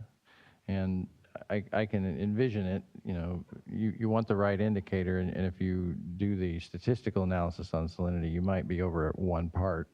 Yeah, it's a pretty low threshold for a salty water body. I mean, you're going to get a barely salty water body at that level. And then you want to look then at the scientific studies that were done, what was the salinity range? I mean, these are all valid questions. Yes. They are valid questions, and we relied upon the information that we had available to us. Primarily EPA's 2012 recreational criteria saying enterococci is appropriate in both. In both. And then additional studies that did show that enterococci can regrow in a freshwater environment, which is what made us limit then a freshwater environment to E. coli. Right. Well, it seems, but then E. coli, will we just write off E. coli data even though the average is 1.5 part per thousand salinity? So say that again. Why? We would ignore E. coli data collected at the same location, even though we're just barely above the salinity threshold, and really for all practical purposes, have a freshwater body. Yeah, that would be how I would be interpreting into the future the objectives we're proposing. Okay. We are trying to draw the line in order to make it clear which objective applies as we move forward into the future. Okay. It'd just be one of those puzzles to solve, I guess. But that's what, folks at the regional level can really help us drill down on. This is a statewide action, so. Okay, I think we covered a lot of ground. I want to stay on task here. I mean, it sounds like we have, so I will note the agreement I heard about, continue to pursue the scientific studies. There was a request to put resolution language in on, I'm a little reticent to do that because we have a triennial review process and there's many other ocean plan issues that could be considered by staff and the board. So I don't know if I would support that specific of a direction at this time. So currently there is a resolution language, item number 3, that directs staff to look at the fecal coliform, which is more narrow than I think what we heard from both commenters. So my suggestion would be, if the board is inclined to direct staff to look at and put on the list, I will comment for a minute that the board, stakeholder process, and the board will eventually decide which things on the list are higher priority and which ones get done. They may want to just modify that resolution language to talk about looking at bacteria indicators as opposed to just focusing on fecal. I think that would address the concerns that were raised by the both commenter groups. And then the staff can evaluate what projects they might consider in the stakeholder process with all the stakeholders during the triennial review process. So if I may, I'd also like to add that I think we have a pretty good group, and Ms. Desai mentioned that we got the Beach Water Quality Working Group that is established and holding meetings both in Southern and Northern California that does talk about these issues and might be a really good forum for perhaps putting a little bit more structure around this issue and having more of a statewide discussion about it, but as well as a burgeoning, starting up Safe to Swim work group looking more at inland surface waters.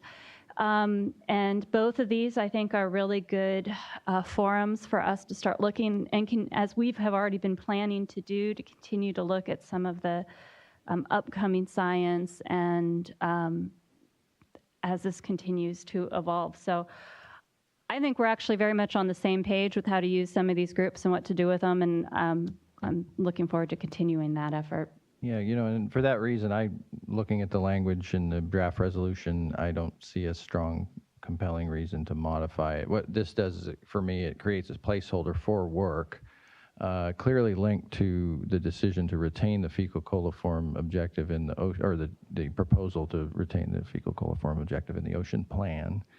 And dealing with issues about sampling frequency and different, single sample thresholds and all that, there will be a logical outgrowth of a broader scope of work potentially that could be packaged later for a triennial review proposal to the board. And so I don't really want, for my part, but I'd be open to it. I'd be open to broadening the language if it's something that the stakeholders feel would help address. Yeah, create more assurance that work would be pursued. Yeah. I mean, it'll likely be, like you said, a logical outgrowth, but if we want to go ahead and just broaden it now to allow for the certainty that that'll be looked at, I'm supportive. Mm-hmm. Well, maybe while we continue hearing from folks, or during a break, we could look at potential language modifications that you'd suggest that would capture the spirit of those comments that are coming from all sides of this issue. I believe that our chief counsel is doing that as we speak. Excellent. All right. Well, then we'll move right along. Thank you for the thoughtful comments and discussion. We have Mr. Kleiss from City of San Diego, followed by James Fortuna of the County of Orange County Public Works, and then Shane Beck from MBC Aquatic Sciences. Mr. Kleiss, good to have you. Thank you. Good morning, and thank you for the opportunity to speak today and address the board. My name is Drew Kleiss. I'm the Deputy Director with the City of San Diego Stormwater Division. Also with me today is Ruth Kolb. She's our Program Manager and really our lead on bacteria issues and efforts. Um, very brief comments. I'm going to try and beat the 5-minute mark. We're here basically to support the statewide bacteria objectives because ultimately it allows us to be more targeted and efficient in our program efforts. And really, being more efficient is really a foundational cornerstone to our program. Couple examples of this. About 10 years ago, we started preparing a watershed-based asset management plan that captures both our storm drain, flood risk, and water quality needs. It was recognized by EPA and really allows us to understand and better prioritize our limited dollars. We also, for over 10 years, have been implementing pilot studies. These were efforts to try and identify efficiencies, wring out more efficiency with our limited funding and our street sweeping efforts, our storm drain cleaning efforts. So without spending more money, we're getting more tonnage, more copper, more lead, more zinc in our sweeping efforts by fine-tuning what machines we use on different types of streets, whether they're hilly or flat or old or new, etc. So efficiency, again, really important. Something we're really excited about right now is watershed-based master plans. Really what this is, in the past, engineers would do hydrology studies, drainage studies, and focus mainly on drainage, on flood risk. We're adding in water quality, even stream restoration opportunities, all with the understanding that maybe we can identify the highest priority location for a pipe replacement. When's the right time to do that? Green infrastructure, even stream restoration. And we're seeing advantages internally in the city. When another asset owner has a pipe that needs to be replaced, a water line, we already know down to the block level where on that block we might need green infrastructure, all focused on efficiency. It's the same approach here with bacteria. We support the bacteria objectives changes here because it allows us to more closely target and focus on true human health risks. We're also, Ruth has spent a lot of time working on special studies, helping us better understand the true causes and pathways of human health risk. An example is the San Diego Surfer Health Study. I just wanted to acknowledge quickly too, Jonathan Bishop, his participation in that effort. It was his participation that helped us make some key decisions and move forward and really get a good outcome with that project.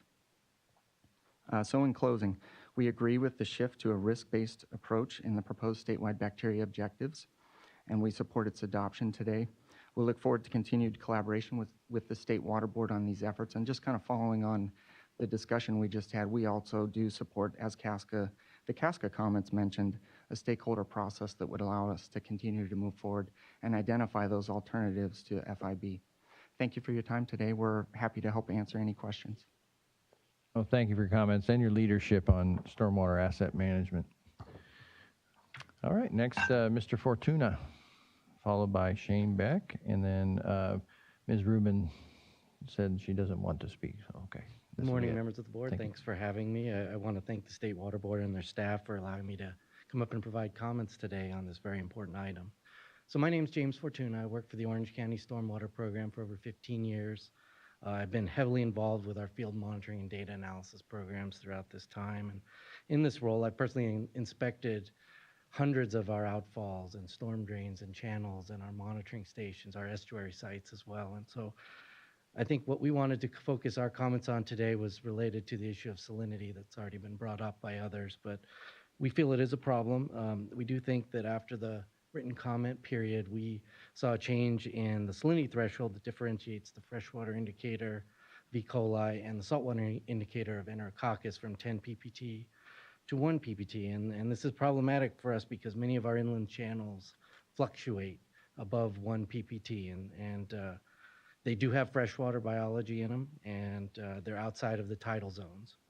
So based on our analysis, the 1 ppt would probably result in E. coli and Enterococcus being applied to different channels within single interconnected watersheds, which we think is problematic for a few reasons. So why is this a problem? So just stepping back a second, looking at our Newport Bay watershed, which is one of our areas, we have a lot of regulations on that and so forth.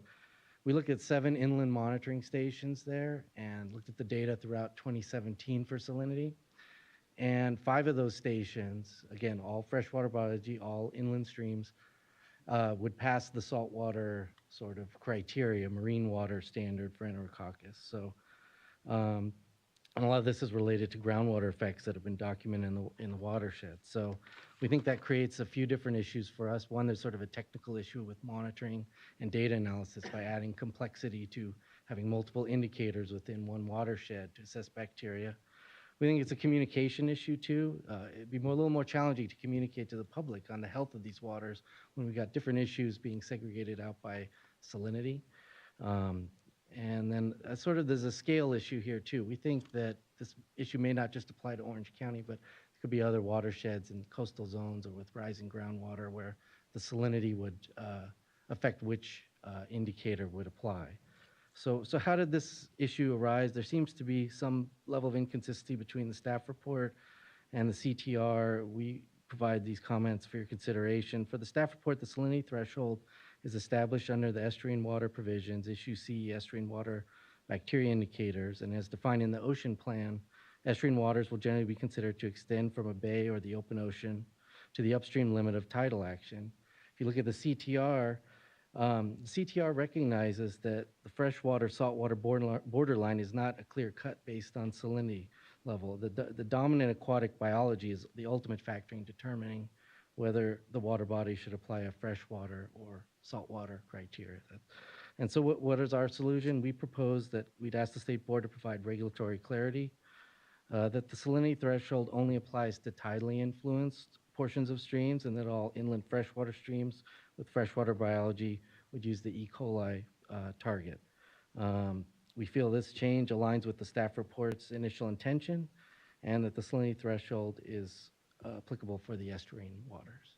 So with that, I want to thank you again for allowing me to come up and make comments on this issue. We do support Casco's comments, but thought today we'd focus on the salinity issue. It's of critical importance to us. So, All right, thank you for those examples and for your comments.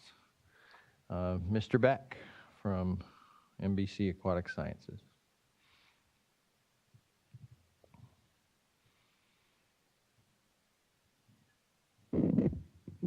Board members, I'm Shane Beck from NBC Aquatic Sciences in Costa Mesa, and I appreciate what the Water Board staff has done. I know this has been a really long, arduous process, and hopefully we're near the end.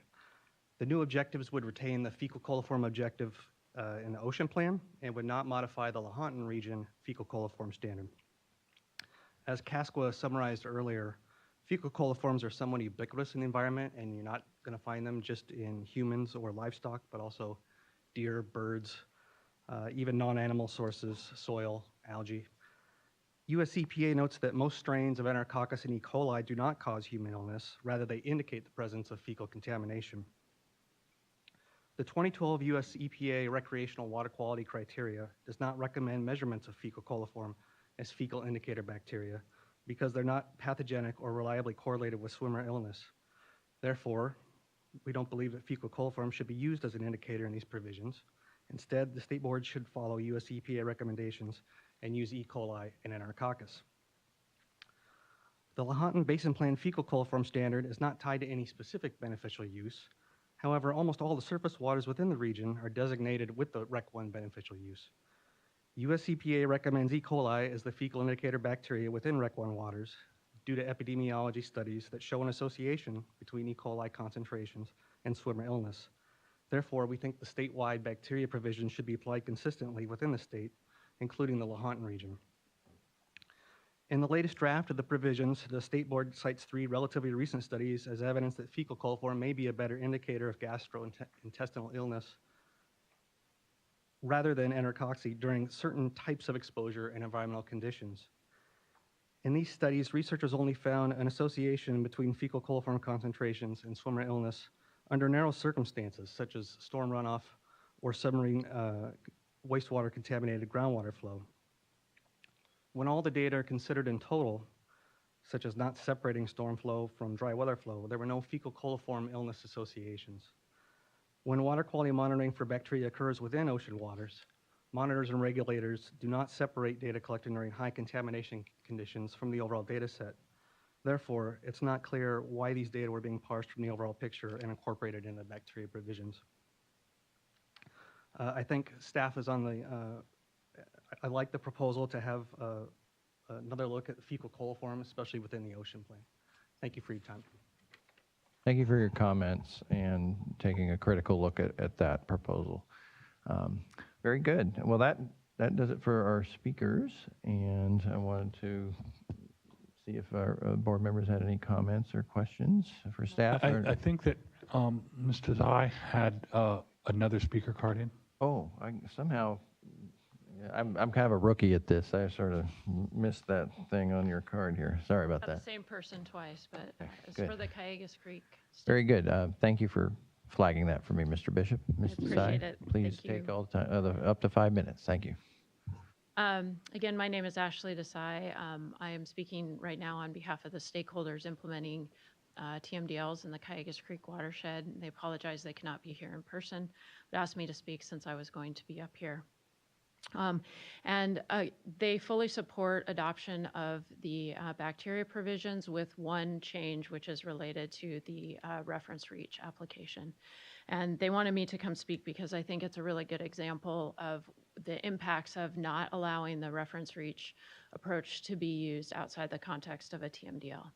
So some of you may be familiar with the fact that the stakeholders in Cayugas Creek developed 5 stakeholder-developed TMDLs to address most of the pollutants in that watershed.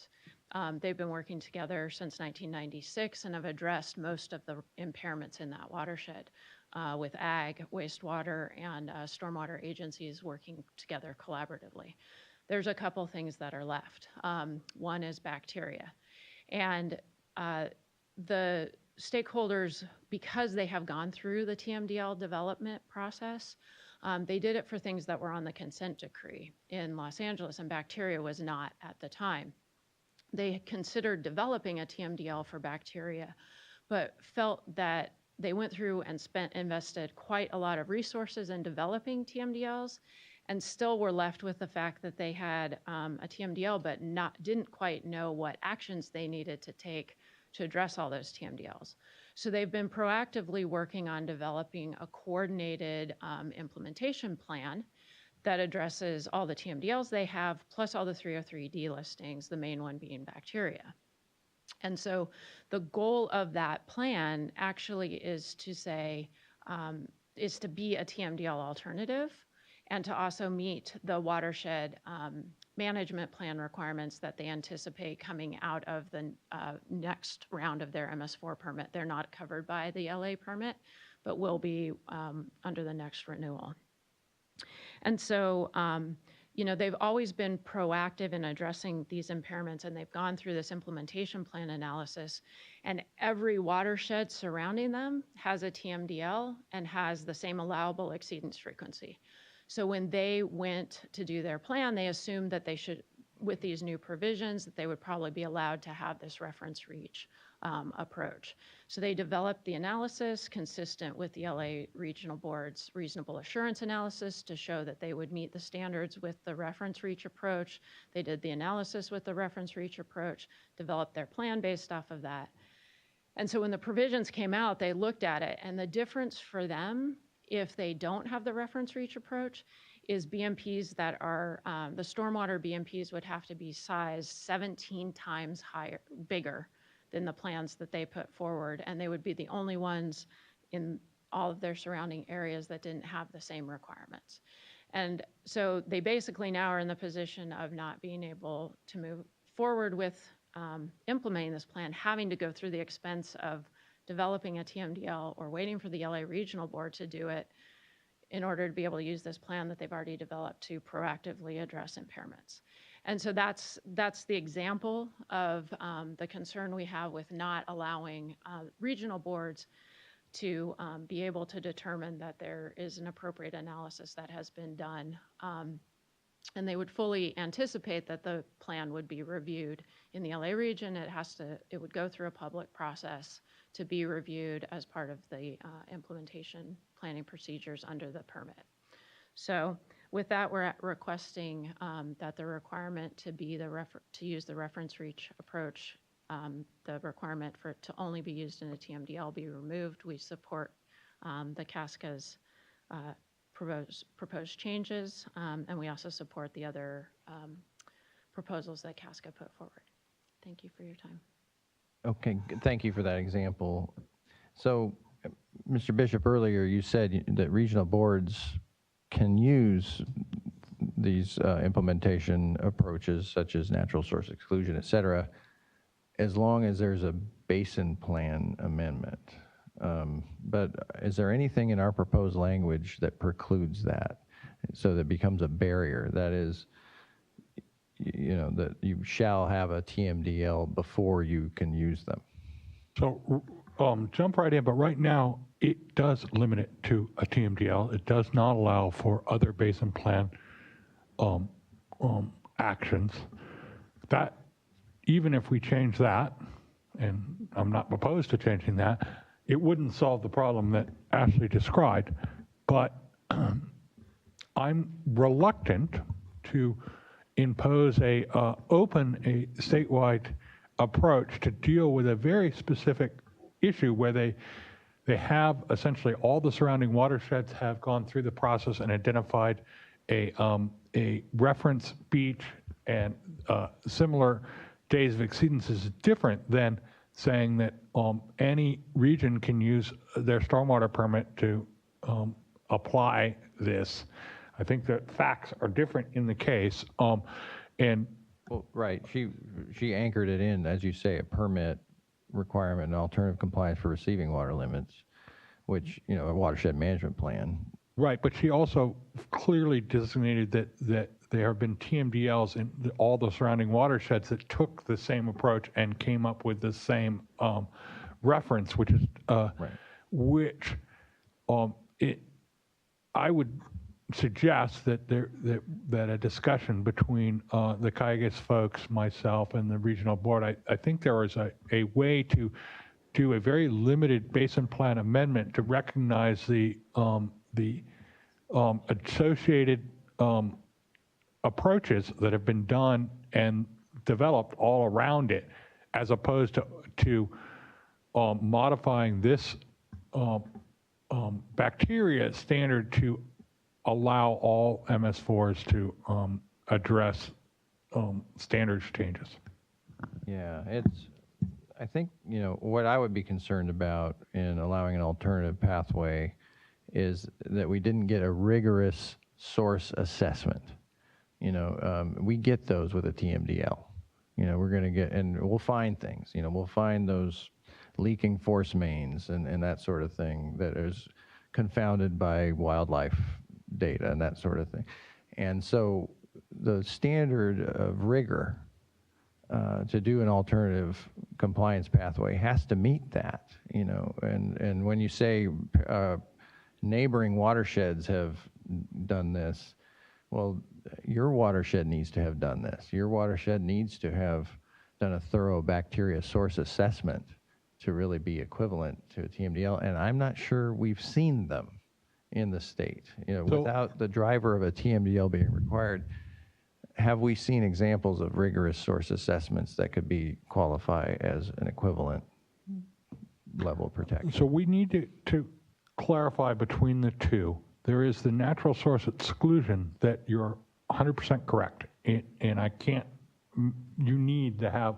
You need to identify all human sources and eliminate them before it's applicable. The reference approach is different. It is saying that if you have a reference water body in that is equivalent to your water body, and you know, there's some discussion about how that works. That there is a certain amount of natural exceedances associated with this reference, and that reference has to meet conditions of having a minimal human impact to it, so that it really is a reference. But it's not based on the source, it's based on the concept that we do know that in wet weather there's exceedances of bacteria that are associated with natural systems. And so I think you can make a distinction between those two, but I still don't see how you get there without a basin plan amendment sort of standards action. I think, as I said earlier, there is possibly a very strategic and surgical amendment that could be done, recognizing the work that's happened in the adjacent watersheds, especially if I understand correctly, Ashley, that they use the same reference beach in all of them, or do they use different reference beaches? So I think there is a good case to be made that that beach would be the appropriate beach for kayakers, even though there wasn't a TMDL for that specific reach, which, though would still require a standards action, would be very limited. Yeah, I hear you. Unfortunately, Mr. Bishop, you've just conflated the two things again in my mind. You said because the language says it has TMDL, and you just said we can do it with a basin plan standards action. I don't want our statewide plan language to preclude a standards action at the regional board. Right. We would need to change the wording there from TMDL to a standards action or something to that similar. I agree. I appreciate the discussion. It's a fine line, but I don't want to erect barriers to innovation and efficiency within our language. And when we say you have to go this route, have we precluded a more efficient route, a more cost-effective, that gets us to public health protection? So I think if we could maybe look at that language, sure. Because I totally agree. I think this is a basin plan, at least a basin plan scale, not a permits level of action that would be allowed. Yeah, and it's certainly a basin plan scale, which currently as drafted, the language does not prohibit the development of a site-specific objective that could also be tailored to address those issues. So what the provisions do is limit the application of the proposed objectives to the context of the TMDL, but doesn't constrain in any manner. In fact, explicitly speaks to the issue that regional boards are able to develop site-specific objectives moving forward. Yeah, this does speak to the value of this menu, in terms of, and you see there is support generally from CASQA and the cities and the permittees to have this spelled out in the statewide plan. This is a question that we've had in our briefings is, what value added do we have if this regional board still has to go through certain hoops, as it were, procedural, the processes to duly adopt a standard.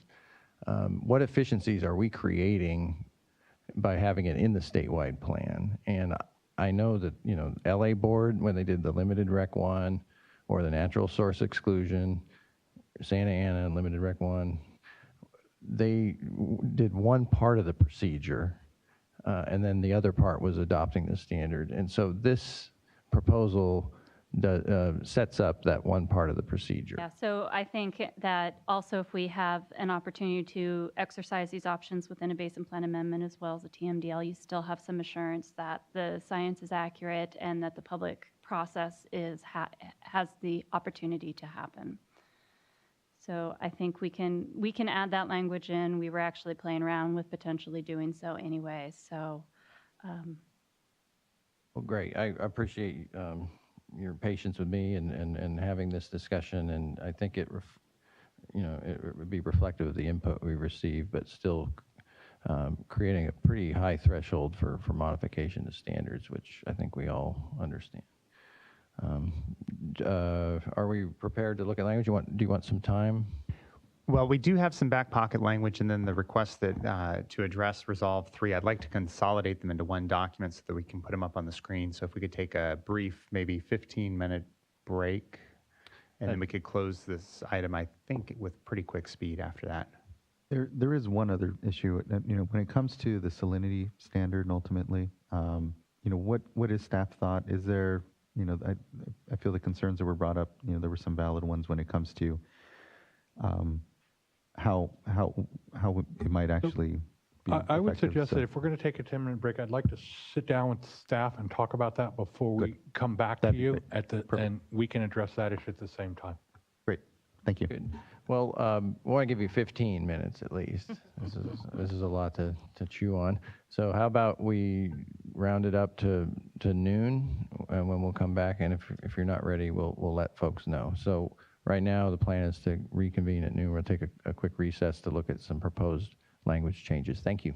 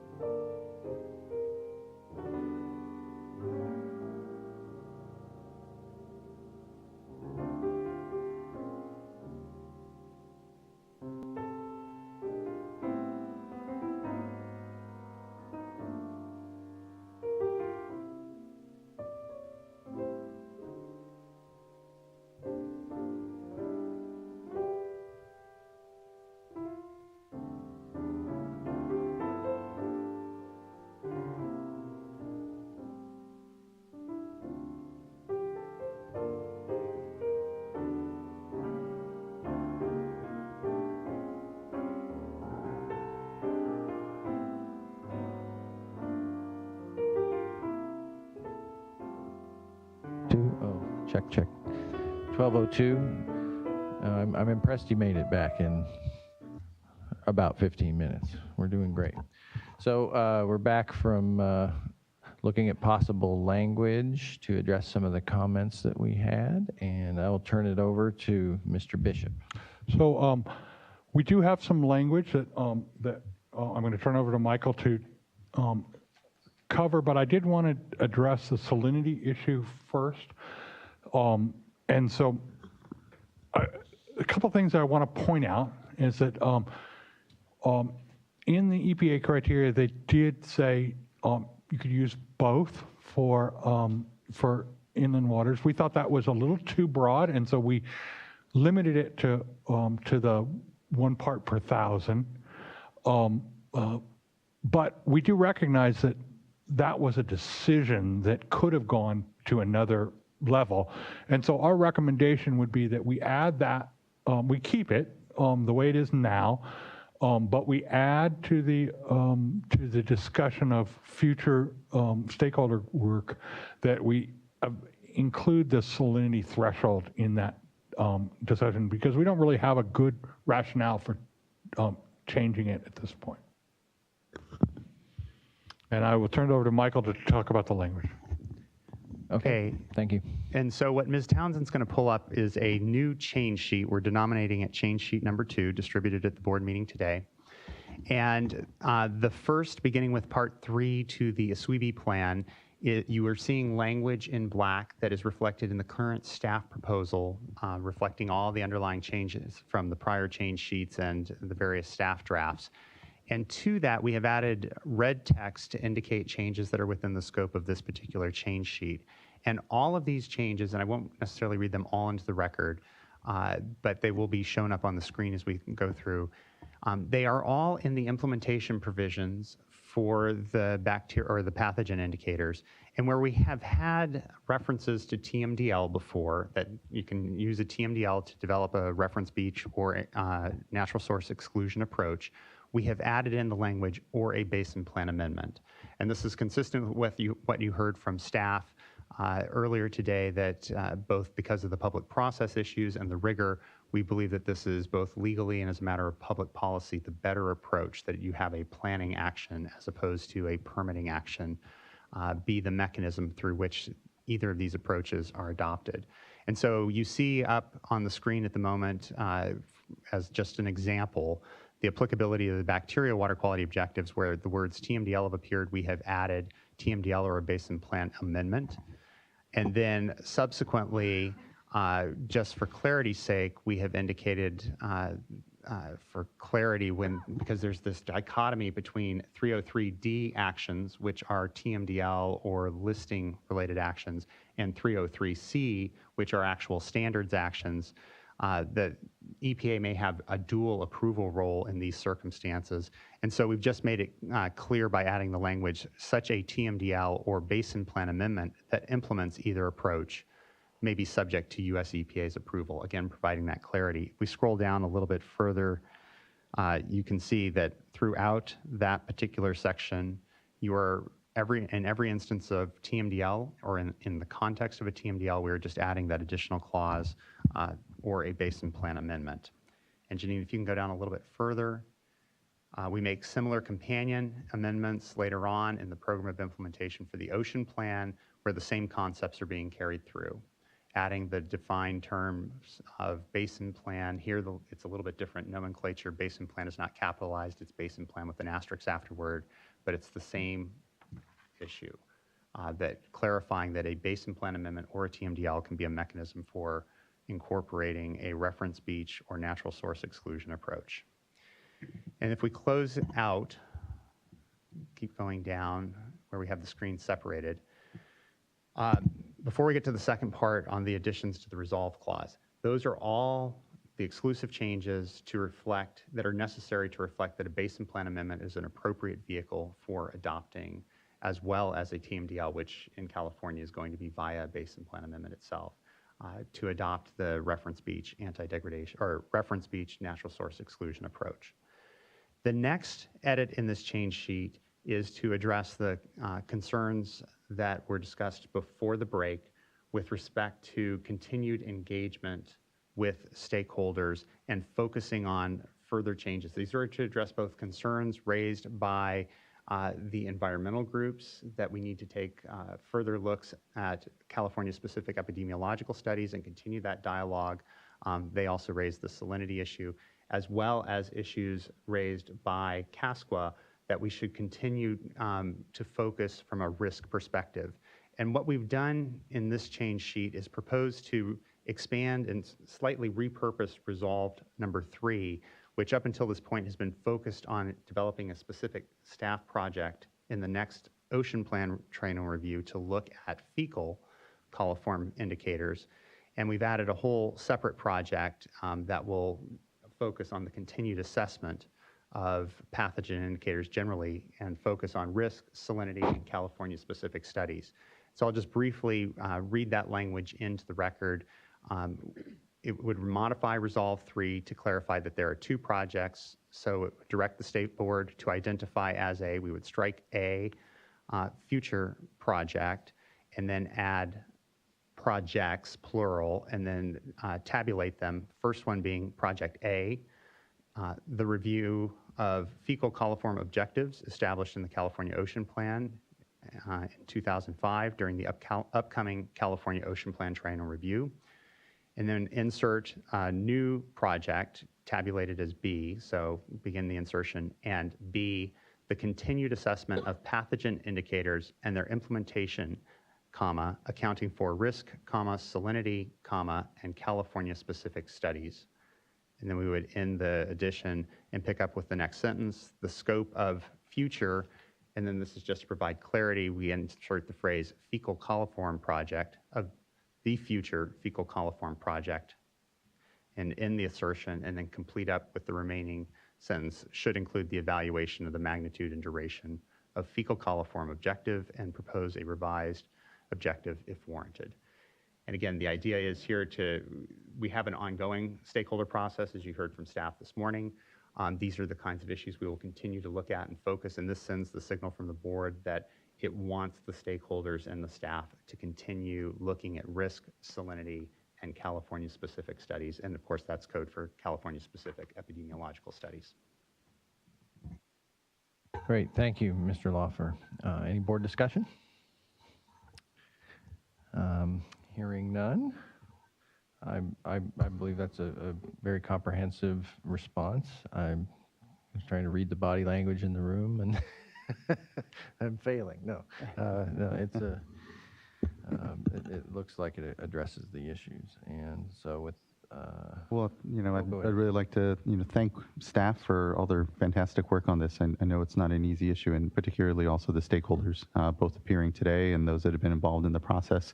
It's what makes our regulations as effective as we possibly can. And Californians, we do have a great pride when it comes to our beaches and the quality of water and the way of life that we enjoy here and be able to enjoy the outdoors. And so I would also note the executive director brought up the fact that the state legislature will be voting on making surfing the official California sport. So I think it's relevant, all the more relevant, today's discussion about protecting human health. And with that, I again thank everyone for their input and move to adopt. I would like to add on to what Board Member Escobar said and thank the Vice Chair for his facilitation of this item. Very well done. And with that, I second the motion. And just to be clear, the motion has both the change sheets. Yes, sorry.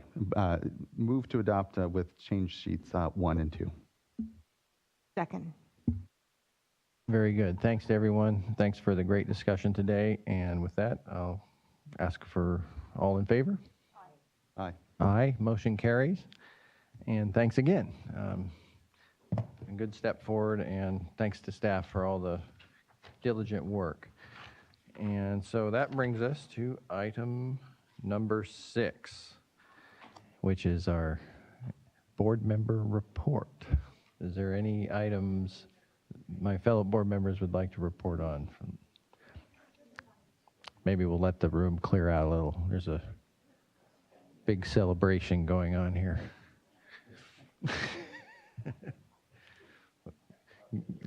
Give us a little time to check our calendars.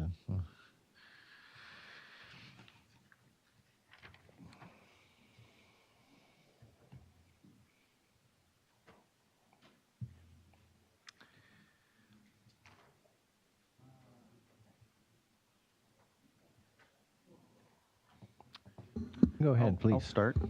Thanks. So my significant sort of traveler trip this last 2 weeks was actually the week of July 23rd. Board member Diadamo was very kind with her time and her hospitality and graciousness to set up some tours and some time for me. I spent about 2 days, a little over 2 days, touring around the cities of Modesto and Turlock and Merced, meeting with both the water districts out there, so Oakdale Irrigation District, Southern San Joaquin Irrigation District, and Turlock and Modesto, and representatives from the city as well, and Merced as well. So it was a very packed day. The first day I was actually on the Stanislaus River, looking at the area there, and then down to the Tuolumne, and then the following day was dominated then the Merced area. But it was a fantastic time to meet with the locals, meet with the community, hear obviously the great amount of concern that's out there when it comes to the board's proposal. But it was time well spent, and really appreciated the honest dialogue and discussion and back and forth with members of the community out there. And regrettably, there can be a decent amount of misinformation. I heard some misinformation from some of the growers, and so it was a good opportunity to try and engage in thoughtful discussion around the board's proposal and our preference for voluntary settlements. And I won't go into too much more detail than that, but otherwise to thank again Board Member Diadamo, and particularly again everyone out in the community for hosting me and for sharing their thoughts and insights. When the emotional or political level of an issue raises a certain temperature, it can be easy to talk past each other. So the opportunity to sit down face to face and break bread and speak with folks was fantastic. And again, I really appreciated it, particularly as we run up to the end of August here and a hearing date. So, thank you. I will also second my thanks to Board Member Giordano for the arrangements of that tour. I was able to join Board Member Esker on the second day, and also appreciated the opportunity to sit down face to face with some of the growers and the water agencies and others, and try to address some of the misconceptions and misunderstanding. We'll see. I mean, it's really hard. This, as you know, we all know, is a very difficult subject matter, and people are rightly so very passionate about it. And there is a lot of different information, some not quite, I think, consistent with what I understand to be what the staff is proposing, and what our priorities are, again, with the focus on the voluntary settlement agreements. But it was just a good opportunity to sit down with folks and try to have some communication about what is going on, what our, at least my understanding is, and what their concerns are. So appreciate it.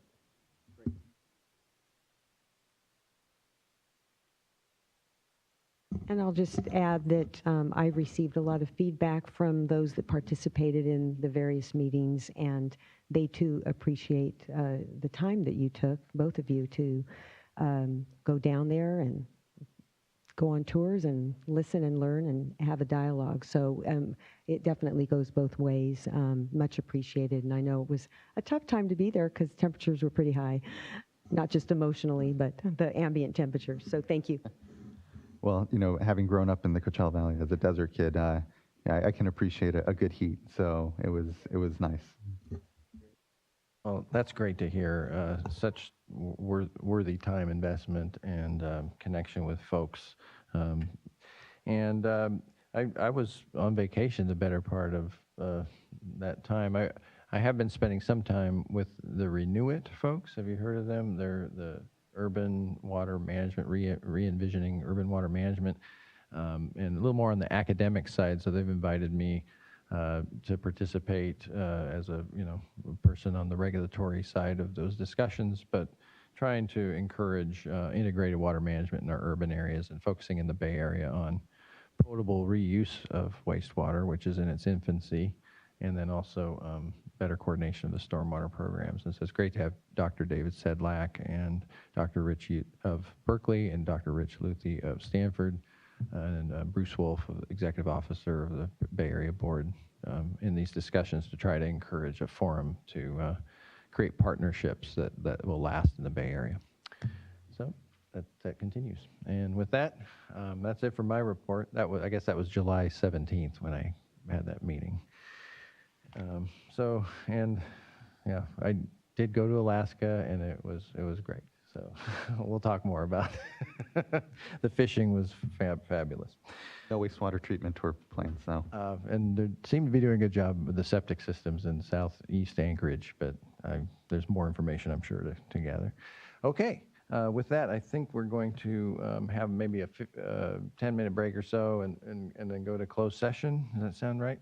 Correct. And what I'd propose for the closed sessions, maybe we can start it up straight at 12:30 and begin with the first item identified in the closed session agenda. So that's the item concerning the U.S. Bureau of Reclamation, or pardon me, the second item concerning the Kachuma project.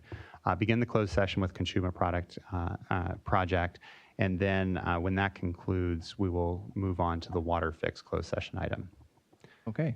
So we can get the right staff down and have since some board members do not participate in both items. So thank you. All right. Sounds good. We'll reconvene in closed session at 12:30. Thank you. Where's my gavel?